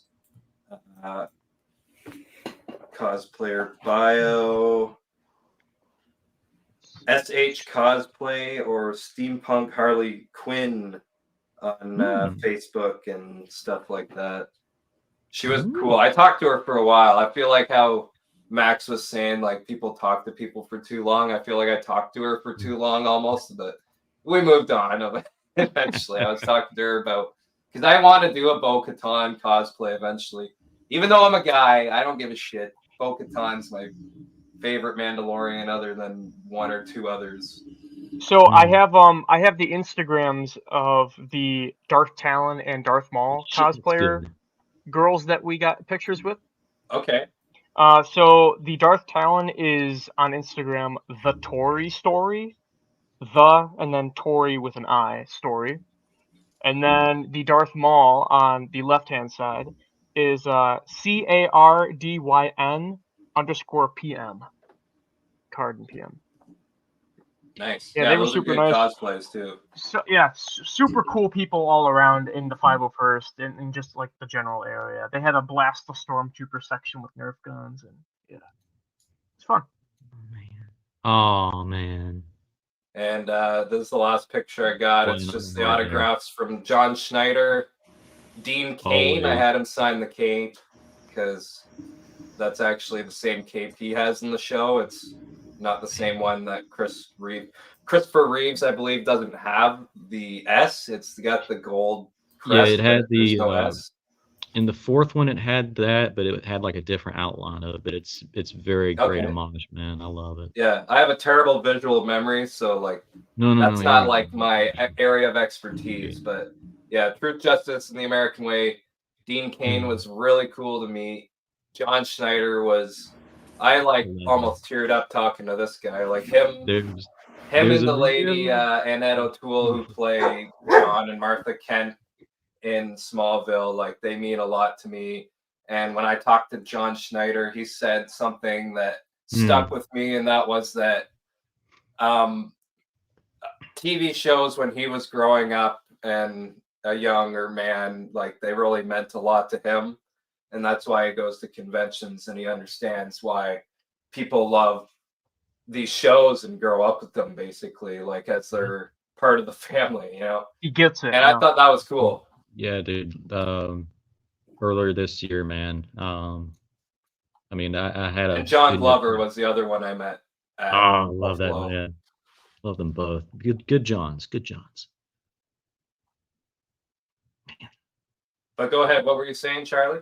No, well, I was about to say, the one of our great actors, I think, has got to take off. Legendary voice actor, who's also. Yeah, I gotta bounce here. So. It's past your bedtime. It's past my bedtime. I'm old, but I'm actually jumping on another stream. Yeah, man, no worries. Yeah, dip out. That's okay. Any last thing we can do quick or?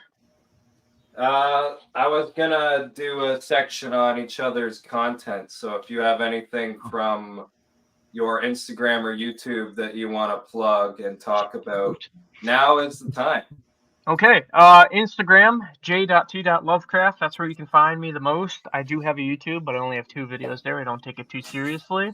On Instagram, you can find lightsaber content, prop making content, random pics that I decide to upload, edits, going to cons, meeting celebrities, and stuff like that. I'm working on a BX Commando droid. Been working on that for a while. I actually just started painting an E5 blaster. Getting that installed with some awesome pictures of the blaster look sick. So definitely follow JT. You're gonna want to see that. He's doing a Sith Star Killer cosplay. He's already done the helmet before, but he's doing a full one. Spoiler alert, that's coming eventually. And he also does voice work for a few different people. He does. Same with he does a great Darth Maul, even when we were talking about Darth Maul earlier. So I just wanted to point out this audiobook basically here where he voices Darth Maul. It's pretty cool. It's like an audiobook of a comic book. I watched it, and I thought it was great. I'm actually in some other upcoming audio things that people have requested to hear my voices for. But stay tuned for those. But I really do wholeheartedly appreciate when people think that I do good voice impressions, because I don't think I do. So for people to ask me to be a part in their different projects, audio books, short little videos and stuff like that, I'm more than happy to help and get out there. So I appreciate it. And as Charlie said, yes, I was an extra in A Quiet Place too. You can look at Indeed. That's my God.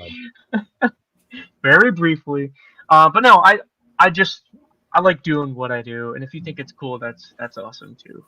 But yeah, that's it. So take care. Thanks for having me on, Percy. All right, JT, thanks for joining us. And that was JT, everyone. JT Lovecraft on Instagram and YouTube. Definitely go follow his Instagram page. A lot of cool stuff there. He's a lightsaber swinging, voice acting kind of man, and he will be entertaining you on multiple podcasts. This is not just the only one he's on. He's on a lot of others. He's all over the community. Just want to give a big shout out to JT. Thanks for joining us today. He is awesome. Thanks for having me on, buddy. But more importantly, follow these guys. They do way cooler stuff too. But I'll leave it at that. All right, peace out. Humble. Later, brother. Right and on. then there were 3 Musketeers. Well, I mean, we kind of went into that section already. I mean, do you guys want to do the shout out section now before we get into this is your show, man. You call it. I'm here for the long haul, man. I don't have it. I'm just chilling. Okay, then I've got one more section of my own coming up right now, and I don't know why I'm putting the mask on so much. This is my Kanan Jarrus mask I got on Etsy. That's so 2 dang 3D cool. printed, painted pieces, scratched up, and it looks pretty gnarly. I get a lot of questions about it, so nice. 3D printed, glued together, painted by a professional. I am no professional. So yeah, the section I was gonna bring up just now, now that there's only 3 of us, there was originally gonna be 5 of us, so it's maybe good that we've kept it down a little bit, because I knew it was going to be a long one. We'll do more in the future. I feel like this was more successful than I expected so far. Heck yeah, dude. And nerds nerding out, man. This last one, I had these autographs from Buffalo Fan Expo I was going to show, because this is where I met. That's right. I remember you telling me about this. Nightcrawler. I met all the X-Men basically, other than a few of them, like some key ones. Sorry, I'm getting back into my Streamlab groove here. Yeah. There we go. Streamlabception. So I had a quote ready for everyone at Buffalo Fan Expo, and Adrian Hugh, the voice actor for Nightcrawler, in both '97 and the old series. There is no love without sin, for love is best measured in what we forgive. That's what he says in the new show, which is what he's talking to Gambit about him. He should forgive Rogue for loving Magneto. Kind of, it's that super cool. This guy literally did the voice for me when I asked for the quote. Talked about my favorite scene where him and Wolverine are both fighting together, and everyone, all of these voice actors are Canadian, by the way, that do this show. And yeah, so even Rogue and Gambit, who have the Louisiana and the other Southern Belle accents, they're both Canadian actors. I'm not sure if like Magneto and the Professor are anymore, but I also met Cal Dodd, Wolverine. He does his own little W on the chest here, which was cool. And then this was the quote I got him to say is, here, I can do Wolverine pretty good. This busted bug ain't changed in 100 years, and you know it. And that's what he says to Jean when she's like going over her and Madeline Pryor's memories in the whirlpool that was kind of like a call back to X-Men 3, I believe, where like and the comics, you know, she's always in the lake. But so Catherine Ditcher, super cool. Talked to her for a long time. When I got her to say, this was the quote I brought to her: "The light, oh Scott, if only you could see it." That's the first time she becomes Phoenix in the Phoenix Saga, I believe. And that's when she's sacrificing herself to the crystal as the Phoenix Force, and she's kind of saving everybody. So Catherine told me that this was like one of the most emotional episodes she's ever done, and this is like probably her favorite quote. And she was like, I'll also put "I am Phoenix," because like that's such a great thing that you pointed that out. And I had a great time talking with her. She doesn't voice Jean in the new show. She voices the reporter whose name is escaping me right now. Oh crap! Really? Yeah. So I believe Jennifer Hale of Mass Effect and other games is the one who is voicing Jean Grey now, but I could be wrong. But I'm pretty sure it's Jennifer Hale. Okay. And moving on, we got Chris Brighton. Sinister. He was a fun guy, Mr. Sinister. Most refer to me as Mr. Sinister, but you can call me Father. That's what he tells Madeline Pryor in the new show, and I had that quote going on. He was cool. Everyone was cool. Beast, probably my favorite X-Men. Now, Beast and Storm are my two favorite X-Men. He didn't believe me, but I told him. And he's also in the X-Men movie, X2, as the trucker or is it X1? It might be, I think it's X1, sorry. He's the trucker who brings young Rogue to that Canadian Albertan fighting place where she meets Wolverine. And he was like the trucker that picked her up as like a hitchhiker. And then after that, she goes with Wolverine and they fight. Still, Sabretooth. You guys know the story. That's God, yeah. Tyler, God, yeah. I'll say that. And George Buzza was telling me how when he got the role for the X-Men movie, they had no idea that he was the voice of Beast. It was just like a run-of-the-mill kind of audition, and he got the part, and he's like been in 2 X-Men things now as different people, and not by chance, by just his pure skill. You know what I mean? What a great actor. Man. And then there was that. Lenore, really cool. She does not have a Southern accent. She's Canadian.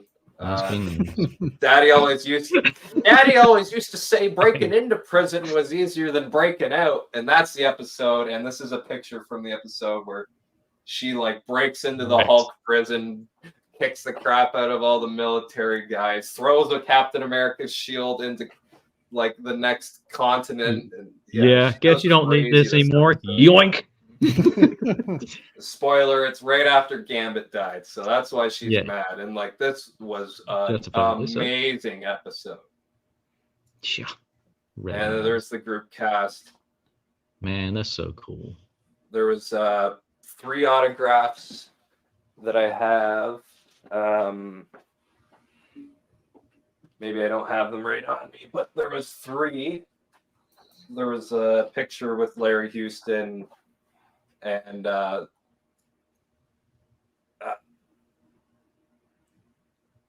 Storm actress and the Jubilee actress.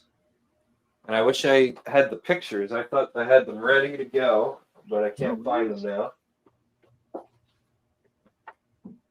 Oh well. Cool. I'll have to share those another time. But that was the Buffalo experience, and then this is the Toronto experience. I'll try and tag everyone. Oh gosh, it's not working. Skynet, man, is a weird thing. Trust me. There we go. I'll try and tag everyone I know from these. But again, like if you know people, bing bong, put it in the comments. Here's Missy Magali on Instagram and YouTube. This is her dad.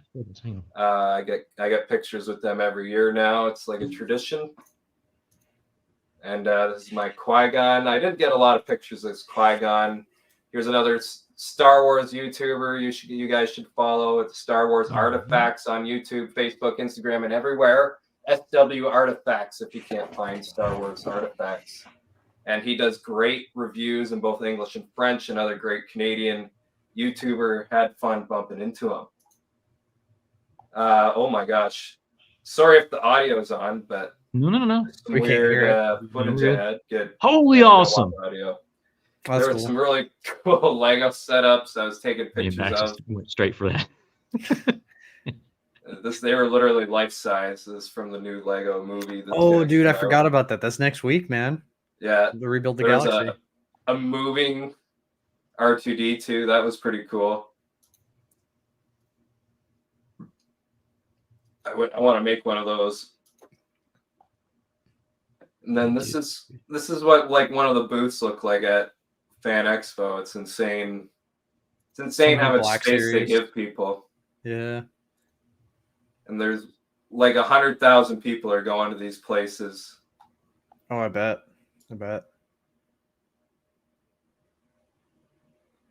That's the convention center there, right beside the CN Tower. These are some John friends I Constantine. met. John Constantine and Zatanna. I believe it's the real Matt, the real time Matt something. I'm gonna post can't everyone's remember. Instagrams below. Dude, that Mandalorian, holy crap. Yeah. He has the actual Gar Saxon helmet, and then the rest of it is a custom build, which is pretty cool. And I saw him on Facebook, so I could possibly post his link too.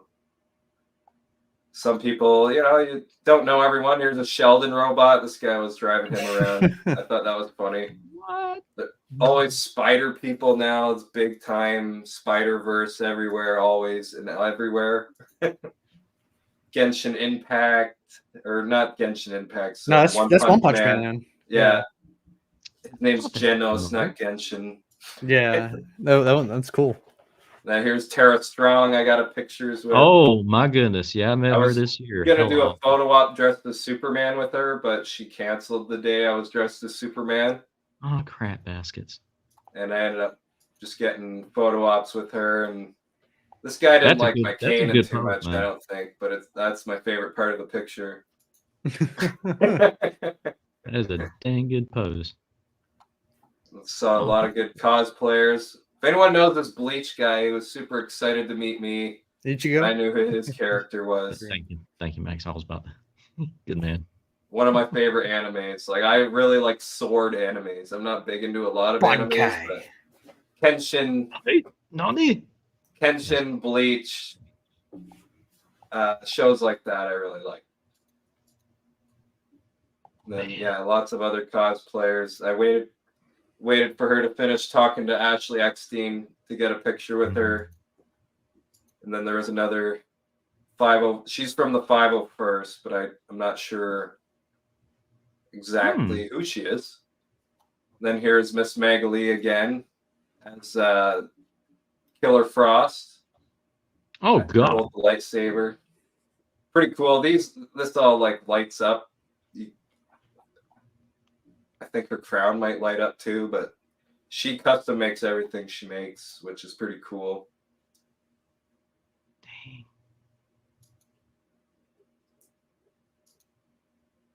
I'm still here. I'll be right back. No worries. And then here's I had to get a picture of this guy because Bishop's my favorite X-Man. We got Star-Lord. Max, you might like this. This guy, I was talking to the guy that made this. It's like a full multiple 3D printed hollow piece of art. Oh, that's sick. Yeah, that's goals right there. That's what I want to get into eventually. Yeah, so all this is like 3D printed Spawn and the Flash and Sabine here too. Very cool. And I met some good Cal Kestis cosplayers and other cosplayers that wanted pictures with me. I know these two. It's the Silent Photographer and Orange Cat Creations on Instagram, I believe. It's fun meeting them. I talk to Flynn a lot. Keep in contact with some people I meet for sure. This is a fun Jubilee cosplays. You get the fireworks going and everything. And then I'll quickly go through my Superman cosplays because I took a lot of pictures as Superman, which I didn't think would happen. We got Nick Wonders and my friend. This guy was John Constantine before. He's Jim Gordon in this one. Cracking me up. I couldn't stop laughing. And then did like a little meetup. We got Jason Todd, Joker, Poison Ivy, Harley, me, and Nightwing. There was a bunch of Marvel cosplayers there. This guy dressed up as Morph was cracking me up. He looks crazy. Like, Morph is a crazy character if you know who he is. There's a lot of Spider people. Cowboy Spider-Man. Spider-Punk, Matthew McConaughey Spider-Man, and video game Spider-Man, I think. Or maybe that's Tom He's got Holland. Sweatpants on, so maybe it's yeah, maybe that'd be... He's a variant. Yeah. And this guy's Thor was pretty cool. I haven't seen a lot of the Love and Thunder cosplayers, so that was cool to see. And then this was Miss Magalee's cosplay on the third day, and this is her dad. He's a character from an anime, which I forget the movie now, but he always nails it, and that's not a real mustache, believe it or not. I was like, what the heck is going on?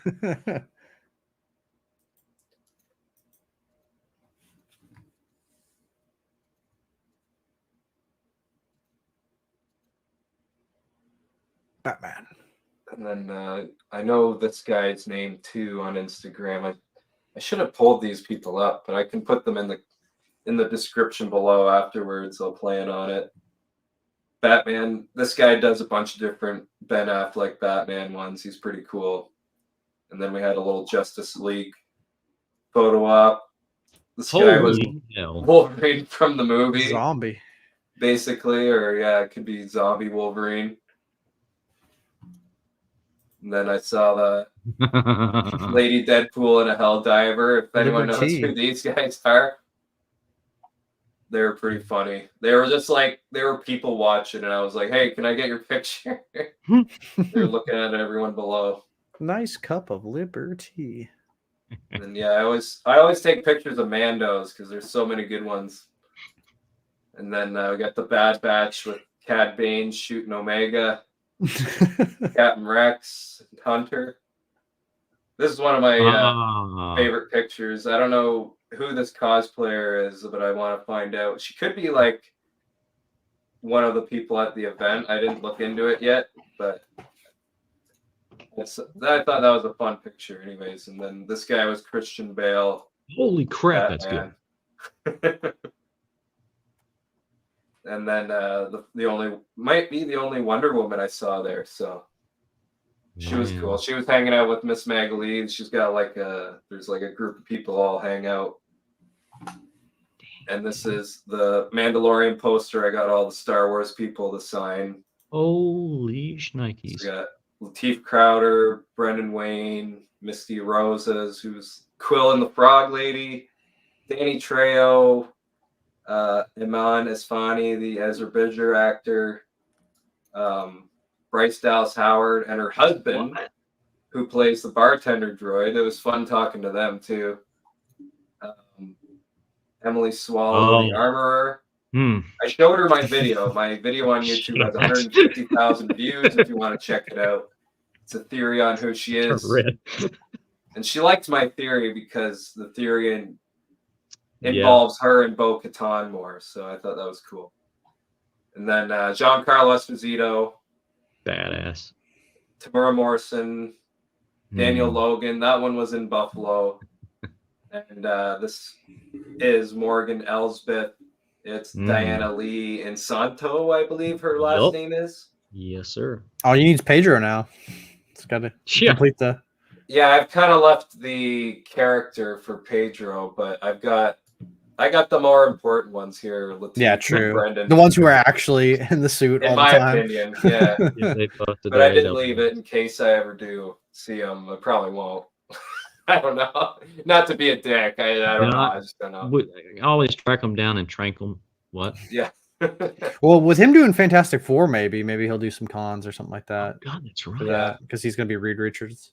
Yeah, some Marvel people do stuff, so it's possible. I just mean he's always so busy and he won't even show up on set, so I doubt he does a lot of cons. Yeah, that's fair. That's Man. fair. Yeah, I got these out again. It would little sideshow. I got all my photo ops from up until now. If you want to see those real fast, that I can just really fast. It's like this is this one, this is this one, this is this one. But if you run low Yeah, on you time, got your pictures. Go ahead. very well.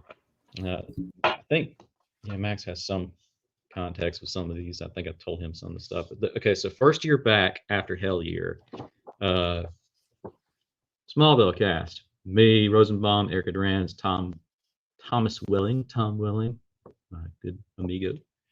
I ran back because he was like, "Hey," I was like, "What?" Came back and gave me a free one, no charge at all.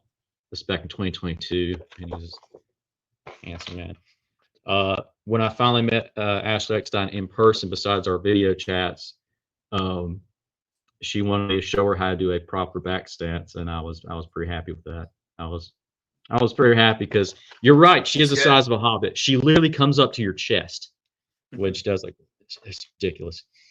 This okay. Well, I won't go into the story about that one. But me and Katie Sackhoff, awesome.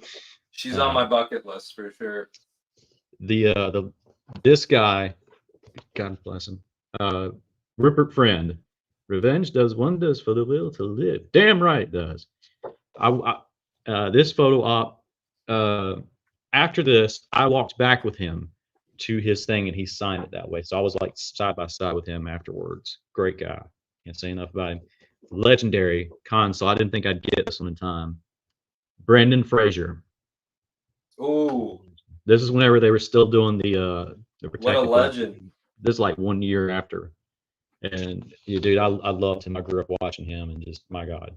And of course, Obi-Wan Kenobi, James Arnold Taylor. I was like, dude, form 3, ready? He's like, yeah, man, yeah. He has that unassuming voice, and he was so cool. Year 1 back, and then you go to what was it after that? That's right. It was we did okay. So this one has something to do with Max. You should get a little kick out of this. Whenever I went there, the Fan Expo, yeah, that's right. Well, yeah, that's staying with me forever, always, and seeing on the thing. Aiden Christensen, they gave me that one, the weird company that has it thing. So this picture, nobody was in David Hayter's line, which is crazy to me. Whoa. He was. There was like maybe 6 people at best. So I talked to him a pretty good bit. And he was like, "Hey man, here you go." And I was like, "What's this?" And I looked at it. This is actual art from the original PlayStation 1 that Hideo Kojima was, gave him like some extra stuff, and he was just giving these out at like the conventions and stuff, and he signed that. And of course, you're pretty good. I'm like, yes. So Snake. Yeah, exactly. I was like, so much. And then the one that I chose with D. Bradley Baker, I was talking about years ago. I got the season 7 Rex and the Clones, and I was like, yes. I was happy as hell with that. D. Bradley's cool to me too. Dude, it shocks me how many voices that dude does. And then at Mad Monster, here we go, the last little things. I think of that one.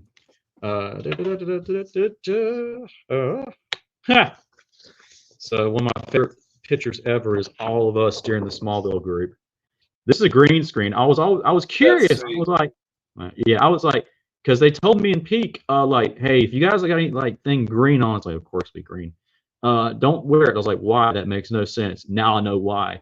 Because the back screen was themed for all the pictures that you would see. And I love this picture so much because Tom Welling is pointing at my buddy's nipple.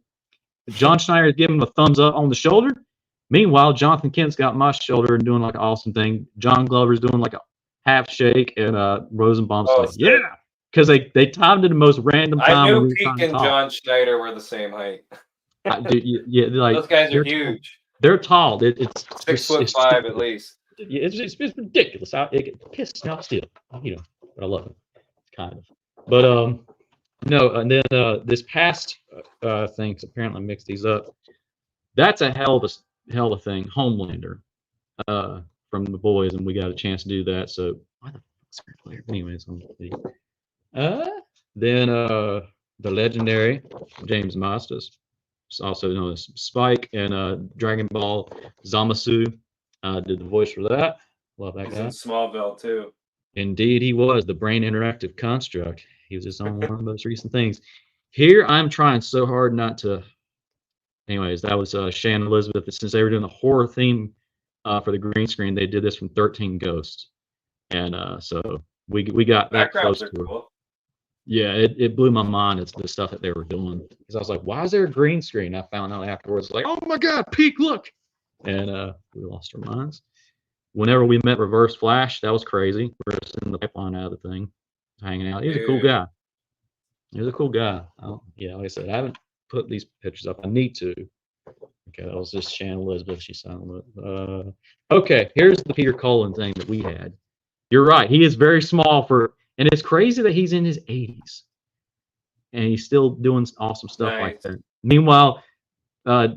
Decepticon over there is pointing at my buddy's Orange Piccolo shirt. He's like, dude, that's cool. Have you seen the new thing? And then they're talking and everything like that. Meanwhile, I need that shirt. Yeah, dude, it's good. And Peter Cullen, whenever we turned around, we were like, getting ready to leave. He's like, your friend has very long arms. I was like, I know he's a freak. But no. But dude, yeah, like Peter, like, dude, he is so small. Like, we were just like, dude, he was like, come here, guys, everything like that. I was like, nah, we're gonna just shelter this guy with hugs and everything. Just love. Nothing will stop us. We're so strong. But that one, and here is one of my crowning jewels that I will forever love. Man, the myth, the legend. He was so kind. He was in so much pain at the time. He was in a chair. I'm thank God he's doing better now. Knock on wood. But Billy D. Williams is one of the coolest dudes ever. Literally, like I can't say enough things about him. Okay, there's that one. Don't think it's that one. Okay, good on that. Whenever I was, Karen Gillan, Doctor Who, and also the Marvel Universe, Nebula. I'm very happy for reasons. Pete just being a giant bastard.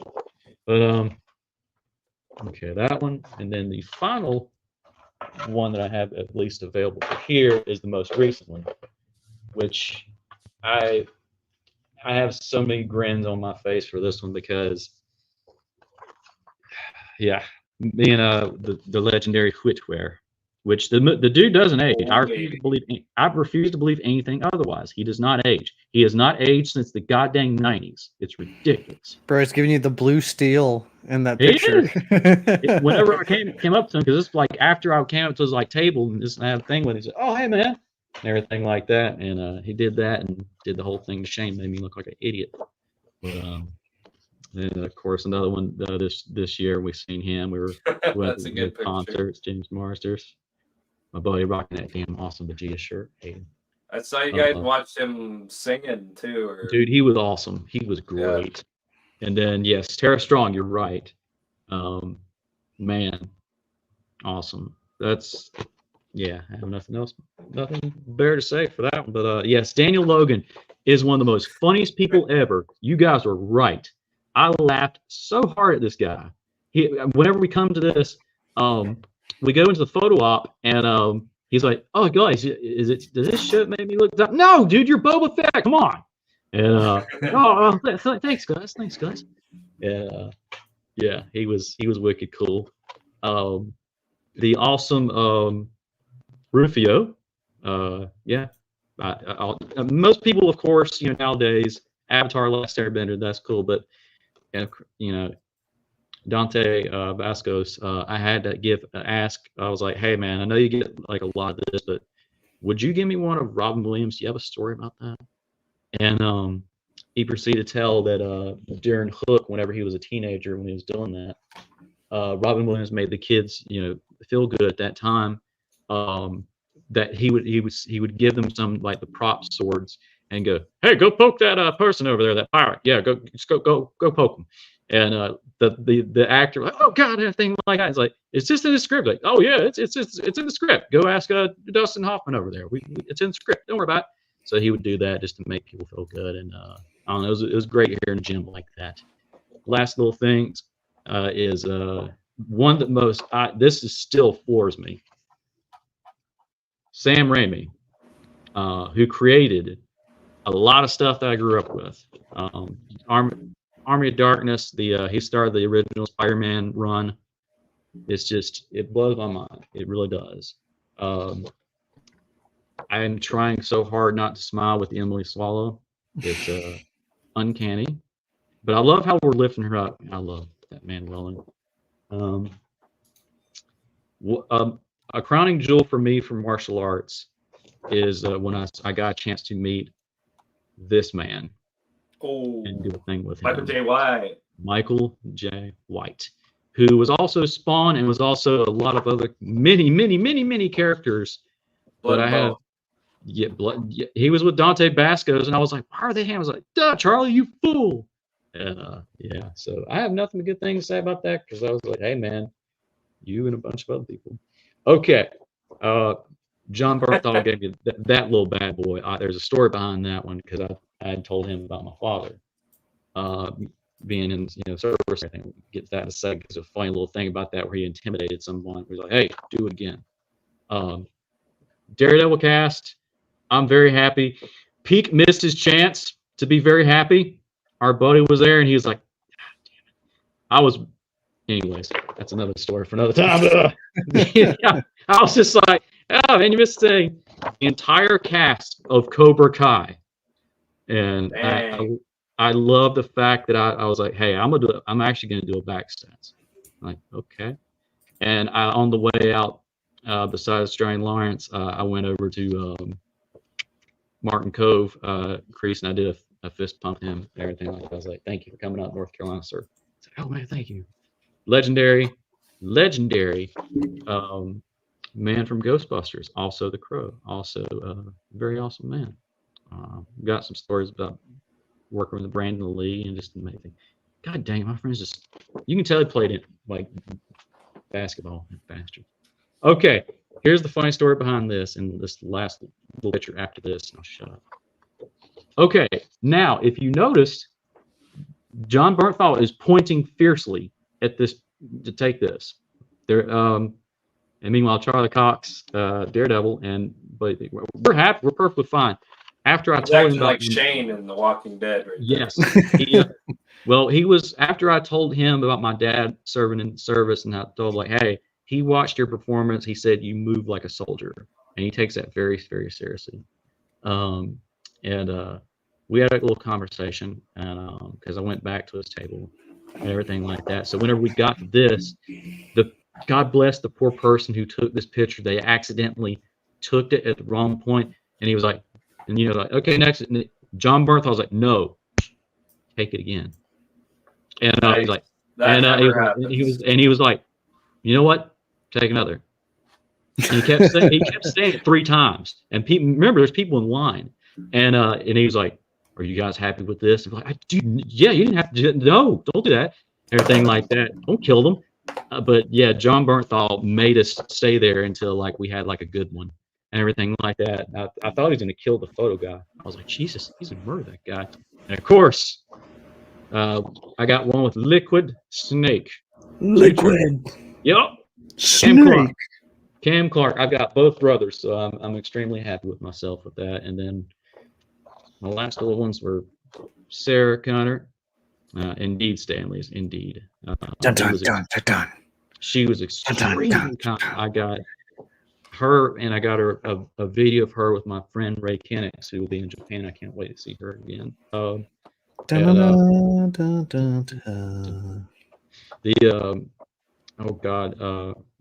Young, who plays Carson and stuff. I got that because I was like, I want to talk to everything about that. And dude, nobody was on my bucket list. I got a chance. He was so cool, man. Like him and Sam were like having like a funny like back and forth because they're like back beside each other. That was it for me. That was all my photos like in this room. So carry on, good sir. I mean, I love looking at my face. Right on. Well, thank you, Then- Charlie. That was a good show and tell. I meant to do that way earlier because I felt bad and I was like, oh shit. That started. No, that's okay. That's good timing. I felt like I got JT's show and tell in a bit just before he left, and then we got yours and mine, and I'm all done with show and tell. So if you want to like say anything about your content, I was trying to show your YouTube. You get like thousands and thousands of views on your interviews. Charlie's always interviewing these people at GalaxyCon. It seems like people from the Smallville and everywhere. It's just it's really interesting to listen to because it's not something that everyone experiences, and I think it's pretty cool to watch. There's a lot of good ones on there, and like John Glover was one of my favorite ones, and there's so many others. Like just go check it out. And then I gotta say something about your martial arts and motivational speaking, because or even just motivational posts. I feel like that's part of your content and your message, if you had a message, right? Like I feel like trying to motivate people, and obviously training and teaching people the ways of martial arts is right up your alley. And yeah, it's my passion. Again, I love Star Wars. I love everything else, but I've had one single thing on my mind since I was age 4. And coming up October will make 32 years that I've been going through martial arts and doing my thing and teaching. I know it's going to date myself ridiculously, but my love is my passion. It's what I do. But thank you, man. I appreciate it. But yeah, that's what I try and do. But when you said Lateef Crowler, I mean, kind of, it's in the little martial arts thing. There's a video chat if you want. I've ever seen it. There's a legendary video of Giancarlo Esposito talking about that season 2 fight where he got hit, and he was telling me and everything like that. And I'm like, wait, what? And he's like, yeah, he hit me. And he's like, oh man, I want to hit him so hard. And it's in the video, but he was just like, this guy's gonna kill me. He's like, yeah, of course. You got the Darksaber. I'm gonna beat the crap out of him. Lateef is a massive guy too. Like, not very tall, but this dude is jacked, and he is super animated in person. So I could see him being really scary. It was so cool. Fight scenario. Yeah, like when you go back and watch, I see what he was talking about, because like his cape was getting in the way of like his fighting, and I didn't notice at the time because everybody's like, "Holy shit, we're in season 2. What's going on?" And but now when I go back and watch, I'm like, "Oh God, I see it." And he kept tripping like on the back part of it, and like he kept getting in the way, so they had to flip the Darksaber a certain way and everything for it to work right. Otherwise, it kept falling out of his hand, and it kept catching on his cape that he had. I'm like, oh man, I never thought about that. And so yeah, that one. But honestly, yeah, the John Glover holds a special place in my heart. The John Schneider one broke me. That's the one that broke me. Between seeing him in real life and that chat that we had and everything like that, he told me stuff that not many people have. And indeed, Stanley's indeed. But man, yeah, like him talking about how Jonathan Kent dies, dude. Yeah, that dude's a legend. John Bernthal is a goddamn legend. Check out his podcast, by the way. Yeah, but man, he talked about a lot of stuff. He did like a little something of that whole very sentimental to me and stuff. And I'm like, man. So when I see him this year and like found out, oh, he's that tall, just like everybody else in this cast. Okay, cool, great, and everything like that. But yeah, when he did like a little hug, he seems like a cool guy, dude.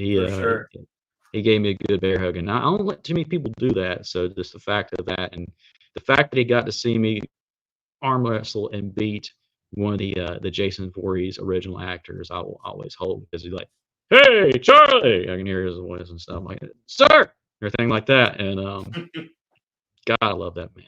But I appreciate it, man. Like I said, I am not a YouTuber. I'm not that. It's weird saying that for me. content, yeah, it's weird.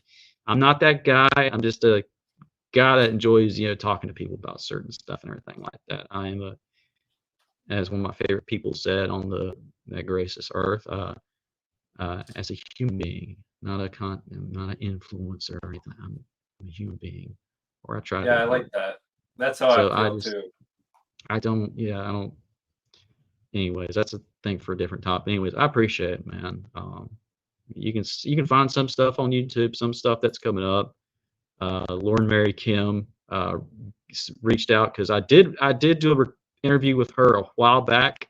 It got lost because the writer's strike unfortunately happened, and it was meant to be sent to me, but we're doing another one. And for those that don't know, Lauren Mary Kim did all the stunts for most of the Ahsoka stuff. She's done stuff for Marvel, like Defender. She was Elektra, for God's sakes. She is amazing. She was the part of one of the greatest duels of motion capture, Ray Park, Darth Maul versus Ahsoka in season 7. And she that's what I thought you meant. That's cool. And she's going to talk about that again. And in the first interview that we had that got lost, she talks about that and how that was going to set it up and everything like that, and how much they were nerding out. So whenever she gets back in country, yes. And she talks about a great deal how they took time to put their personalities on that whole fight. And it dumbfounds me. So that's the only thing I got for that I can think of. But yeah, Instagram's where I'm kind of just more. That's where I'm at because I teach on there. No, I see your posts more on Instagram for sure. But I just wanted to point both of them out because you got some cool stuff either way. And I know you went live recently, and I think now we should move on to Max here. And yeah, that dude's a legend. He won't say too much, but he is. My man down here, he's pretty humble, but he's got a YouTube channel. He's got his own website and store where he's selling exactly what you want and everything you want to do with gaming, he's talking about Star Wars, and a lot of nerdy crap. So we're going to give him the floor and let him give him the floor, please. He's a legend. Yeah, let him talk his sleepy spiel near the end of the night here. No, I don't mean to be so quiet.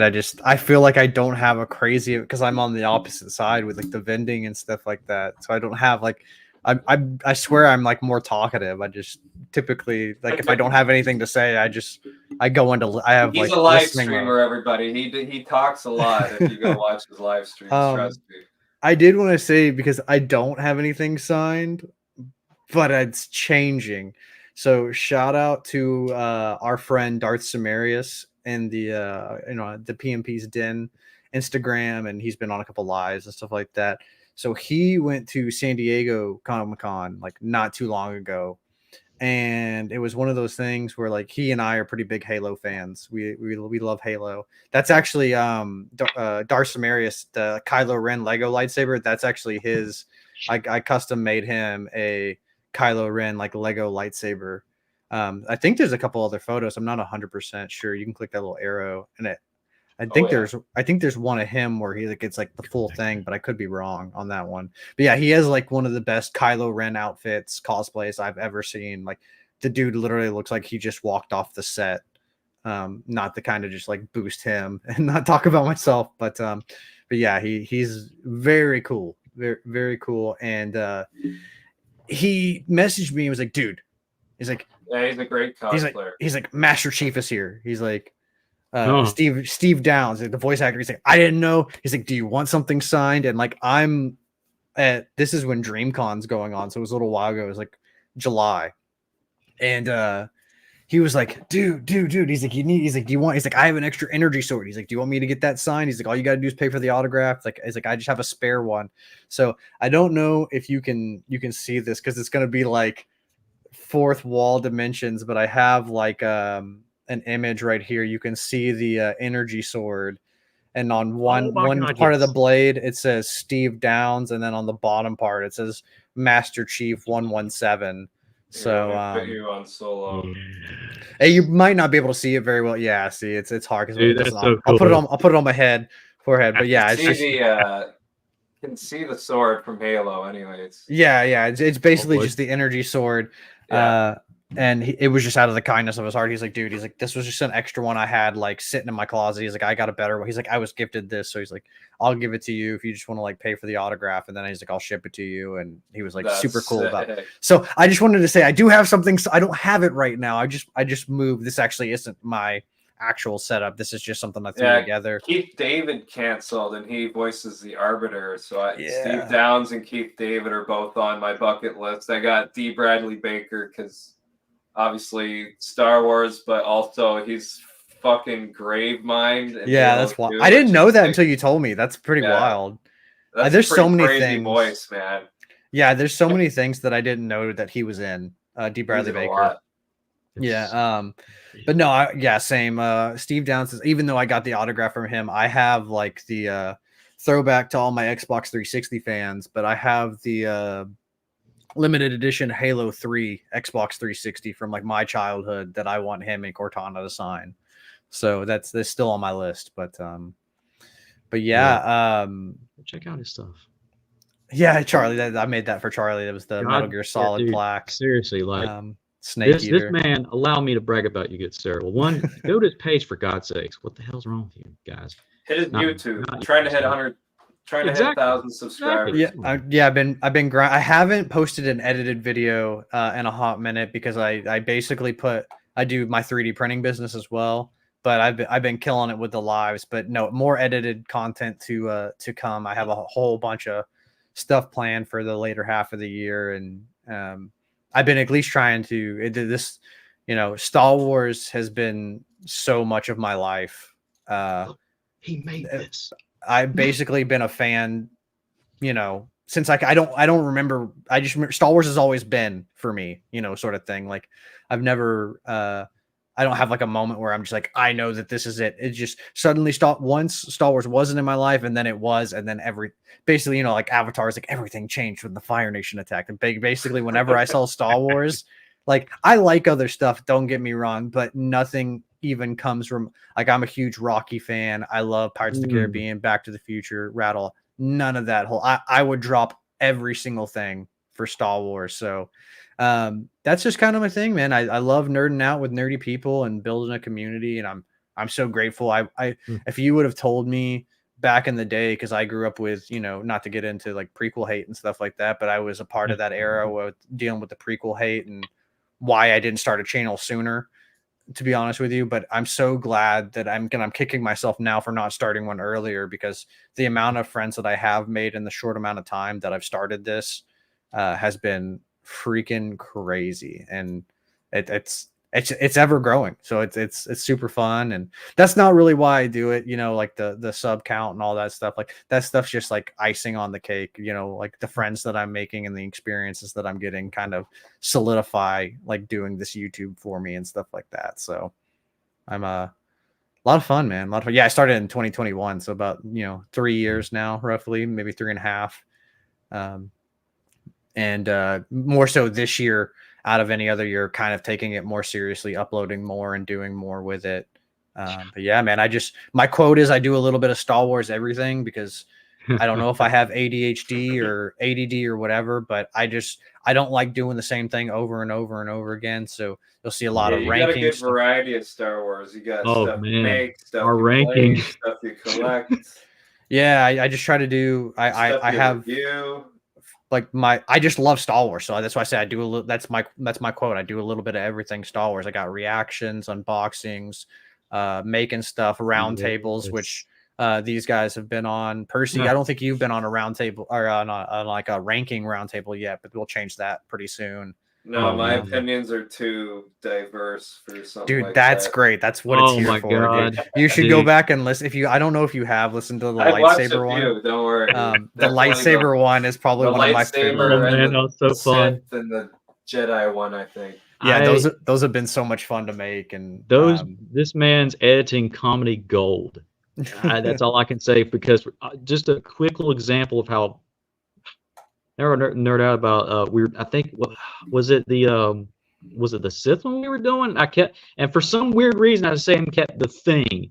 And then he brilliantly cuts to like this one image of just Darth Malak and just an arrow pointing at his jaw, like the thing. I was like, Charlie, you idiot. And I was like, I said that. It sounded like you were talking about his junk and you were talking about his jaw being gone. Yeah, and I was like, oh God, thank God Max saved me on that one. So he did brilliant edits. He does funny edits as well. Like him and JT have this eternal battle of Cad Bane and Dirge, and printed in there a thing from The Good, the Bad, the Ugly, and it just killed me. Oh yeah, because killed me. I'm a Boba Fett stan, and we were arguing about who was the better bounty hunter or who could take who. So he loves Dirge. So we were beefing a little bit in a funny way. We were oh my God, like it was so funny. Between that and your Office edits are just priceless. Yeah. Of just, oh God, I can't get over it. Just I love me some Office, so definitely it's a lot of my meme core is the Office. But yeah, I do a lot of I also like, I like to think I educated with the memes and a part of meme culture, so I do a lot of Star Wars memes, and then me making dude, that's my megaphone blaster. Actually, here you can go see it in person. I have it here because I just moved, so I have it out. Let me go grab it real quick while you're showing them. Yes, that's so awesome. And while he's doing that, I'll put it back up here again. This dude brilliantly made these, for God's sakes, for 3D prints. He sent these. And I'm like, what, huh? And I became a fan of 3D prints because of that. Yeah, that. And he was like, oh yeah, and by the way, you can that one as well. I'm like, what? Nice. And sent that. These are on my my favorite my game wall now. of like collectibles and stuff. And he sent this one. It's on my. These are like on my wall of like collectibles and stuff like that, like Metal Gear Solid. I'm like, dude, seriously. And then of course my love of Dragon Ball knows no bounds. So he made this brilliant thing. So dude, I had to make you the Dragon Ball, man. You're the Master Roshi, and I'm you're my Master Roshi, bro. You explained Dragon Ball, you explained the lore, and told me the correct call. Dude, I would have spent so much time trying to figure out like what the chronologically, I don't know, whatever. But in order, I should have watched all the movies and shows and stuff like that. And you were the Master Roshi giving me guidance, so I had to. But so this is like a standard megaphone blaster. This is like my standard one that I make and I sell at most of my conventions, right? So decent size, it fits in your hand. And then I was just bored one day and I was like, you know what? What if I made one? I had extra filament. I was like, what if I just made one that was like as big as I can make it, and I can make it bigger, but without slicing it. So this is the Jesus. This is the so this is, for instance, you can kind of see the size differentiation. Crap. And I am building a Boba Fett cosplay, and I do intend on holding this and carrying this out at cons as Boba Fett. Shot as a Lego YouTuber. He loves Star Wars and everything. You guys should check him out too. He loves Lego. The man's a legend. Just do a little bit of Star Wars, everything, man. I'm kind of on the same vibe as these gentlemen here. Sure, would I love to be a massive Star Wars YouTuber and do this for my job? Sure, but I also have other interests too. Like I do game design. I run my 3D printing business. I have other things. So right now, this is at a hobbyist kind of level, talking Star Wars. I'm just happy to be here and like be in the space. Like if it blows up, great. If it doesn't, I don't really do it for the money or for the like you see some. I'm not calling anybody out, but you see some people that just they just want to be in the spotlight within the their community, and there's nothing wrong with that either. I just I'm just kind of here. Like if you like what I like what I do, great, and if not, that's cool too. I'm very I like small YouTube. Small YouTube's where I feel comfortable too. It's more personable too, because when you have even 100K subs, like don't even think about like 1 million, even 100K subs, like you got to think of how many emails and voices are just flooding in, and you got to keep track of so many things. It just gets lost in the sauce, So if it gets there one day, big enough to hire people, it's like, oh my God, I mean, if it gets to that point, like I'm not opposed to it, but at the same time, like I'm also chill with just You know, I think I told you like my end goal as of right now is just to hit 10K. I think that's a good number. That's a good community. And if it grows past that, great. But I'll be happy with just that, you know. But right now, starting small, trying to hit 100. I'm trying to hit I'm trying to hit 1,000 before Christmas time. You know, that's kind of the goal. And if I don't get it, whatever. But that's just, you know, just to have a goal. It's like a fun goal to have while you're streaming and stuff. Yeah. Remind people to join the channel and subscribe, right? Yeah. I'm actually I'm thinking about starting on Twitch too, because Twitch has a huge community and you can multi-stream pretty easily. So, so over 9,000 Vegeta. What's his power level? But yeah, no, I appreciate like I think the most important thing for me is that like the reason why I started this channel and just like my Instagram, all the stuff, like just all the Star Wars stuff. I got tired of being the only friend. I was the only friend in all of my groups that like I was the sweaty about Star Wars. Like nobody, like I had to be, which I don't mind. I love info dumping. If somebody asks me a Star Wars question and I can like info dump on them, I'm like, ooh. That's what my channel's all about. I know exactly what you mean. I'm Gambit and the Wolverine. He's like, ooh, I'm about to make a name for myself here, boy. You know, that's literally me when somebody asked me a Star Wars question.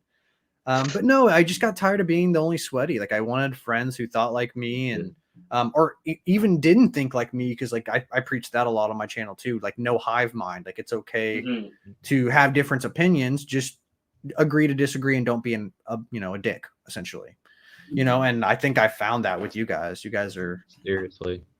I know I'm pretty good looking. I know the hotness. Not, I got the not inaccurate.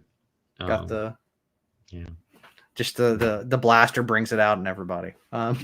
No, but you know, I try to preach that a lot on my channel, is that like no matter whether you think Disney's ruining Star Wars or whether you think this is the best Star Wars has ever been, there's a place at the den for you. And that's why I named it that too, because I've gotten a few people being like, why'd you name it PNP's Den of Antiquities? Like that's such a long name. Like, you know, unless you know, it's a play on Doc Ondar's Antiquities from Galaxy's Edge, but I thought it was fitting because I like to do a little bit of everything.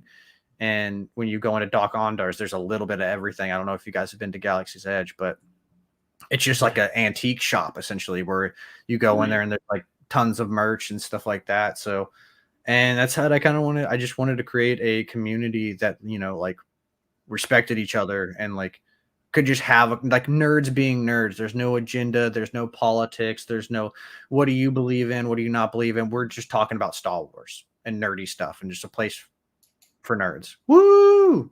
Now this is pod racing. That's what it made me think of when you said I was going to Ric Flair. So I'm glad you intercepted that. So, you know, I just, yeah, that's really it. I mean, I could go on and on and on, but you know, to keep it, I know we're running into some time constraints here and stuff like that. But yeah, man, I just love Star Wars, and I just want to find people who also love Star Wars and open-minded people. You know, I gotta brag one last time, and then I'll shut up. But just my God, finally, thank goodness, God. I know. I had Dr. Pepper's enough as it was. What? But no, look, like I will forever be grateful for JT for introducing me to PMP Max, because like right around a certain year, like stuff was already getting okay. Star Wars can be ridiculous as enough as it is with fans and stuff. I'm like, all right, whatever.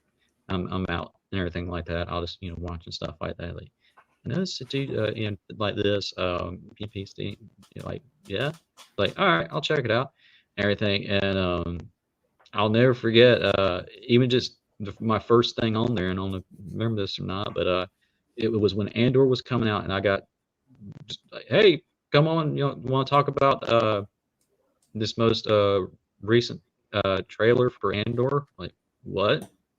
Really? Yeah, and everything. Did that, and then there was a 3D of Tartakovsky. Like, hey, talk about that. I was like, sure. It was like, does the Clone Wars 2003 still hold up or something like that? I think that's what I named it. And this man does so much editing and stuff like that. And back when he's doing episodes, I got one last one. I'm happy. of whenever he talked people about what got at the end of that, and my augmented could call back. Oh yeah, you're talking about my podcast. Yeah, just yeah, man. Like I've people do not understand how awesome and how kind this person is. Like whenever I don't like to be anywhere else. There's like too much this, way too much of that, but like he is perfectly balanced, perfectly in the middle. That just it makes no sense of why someone is that damn awesome. And I'll forever be grateful for the watch parties that we have done. And my God, I mean, we experienced the Shadow Warrior when we all lost our damn minds.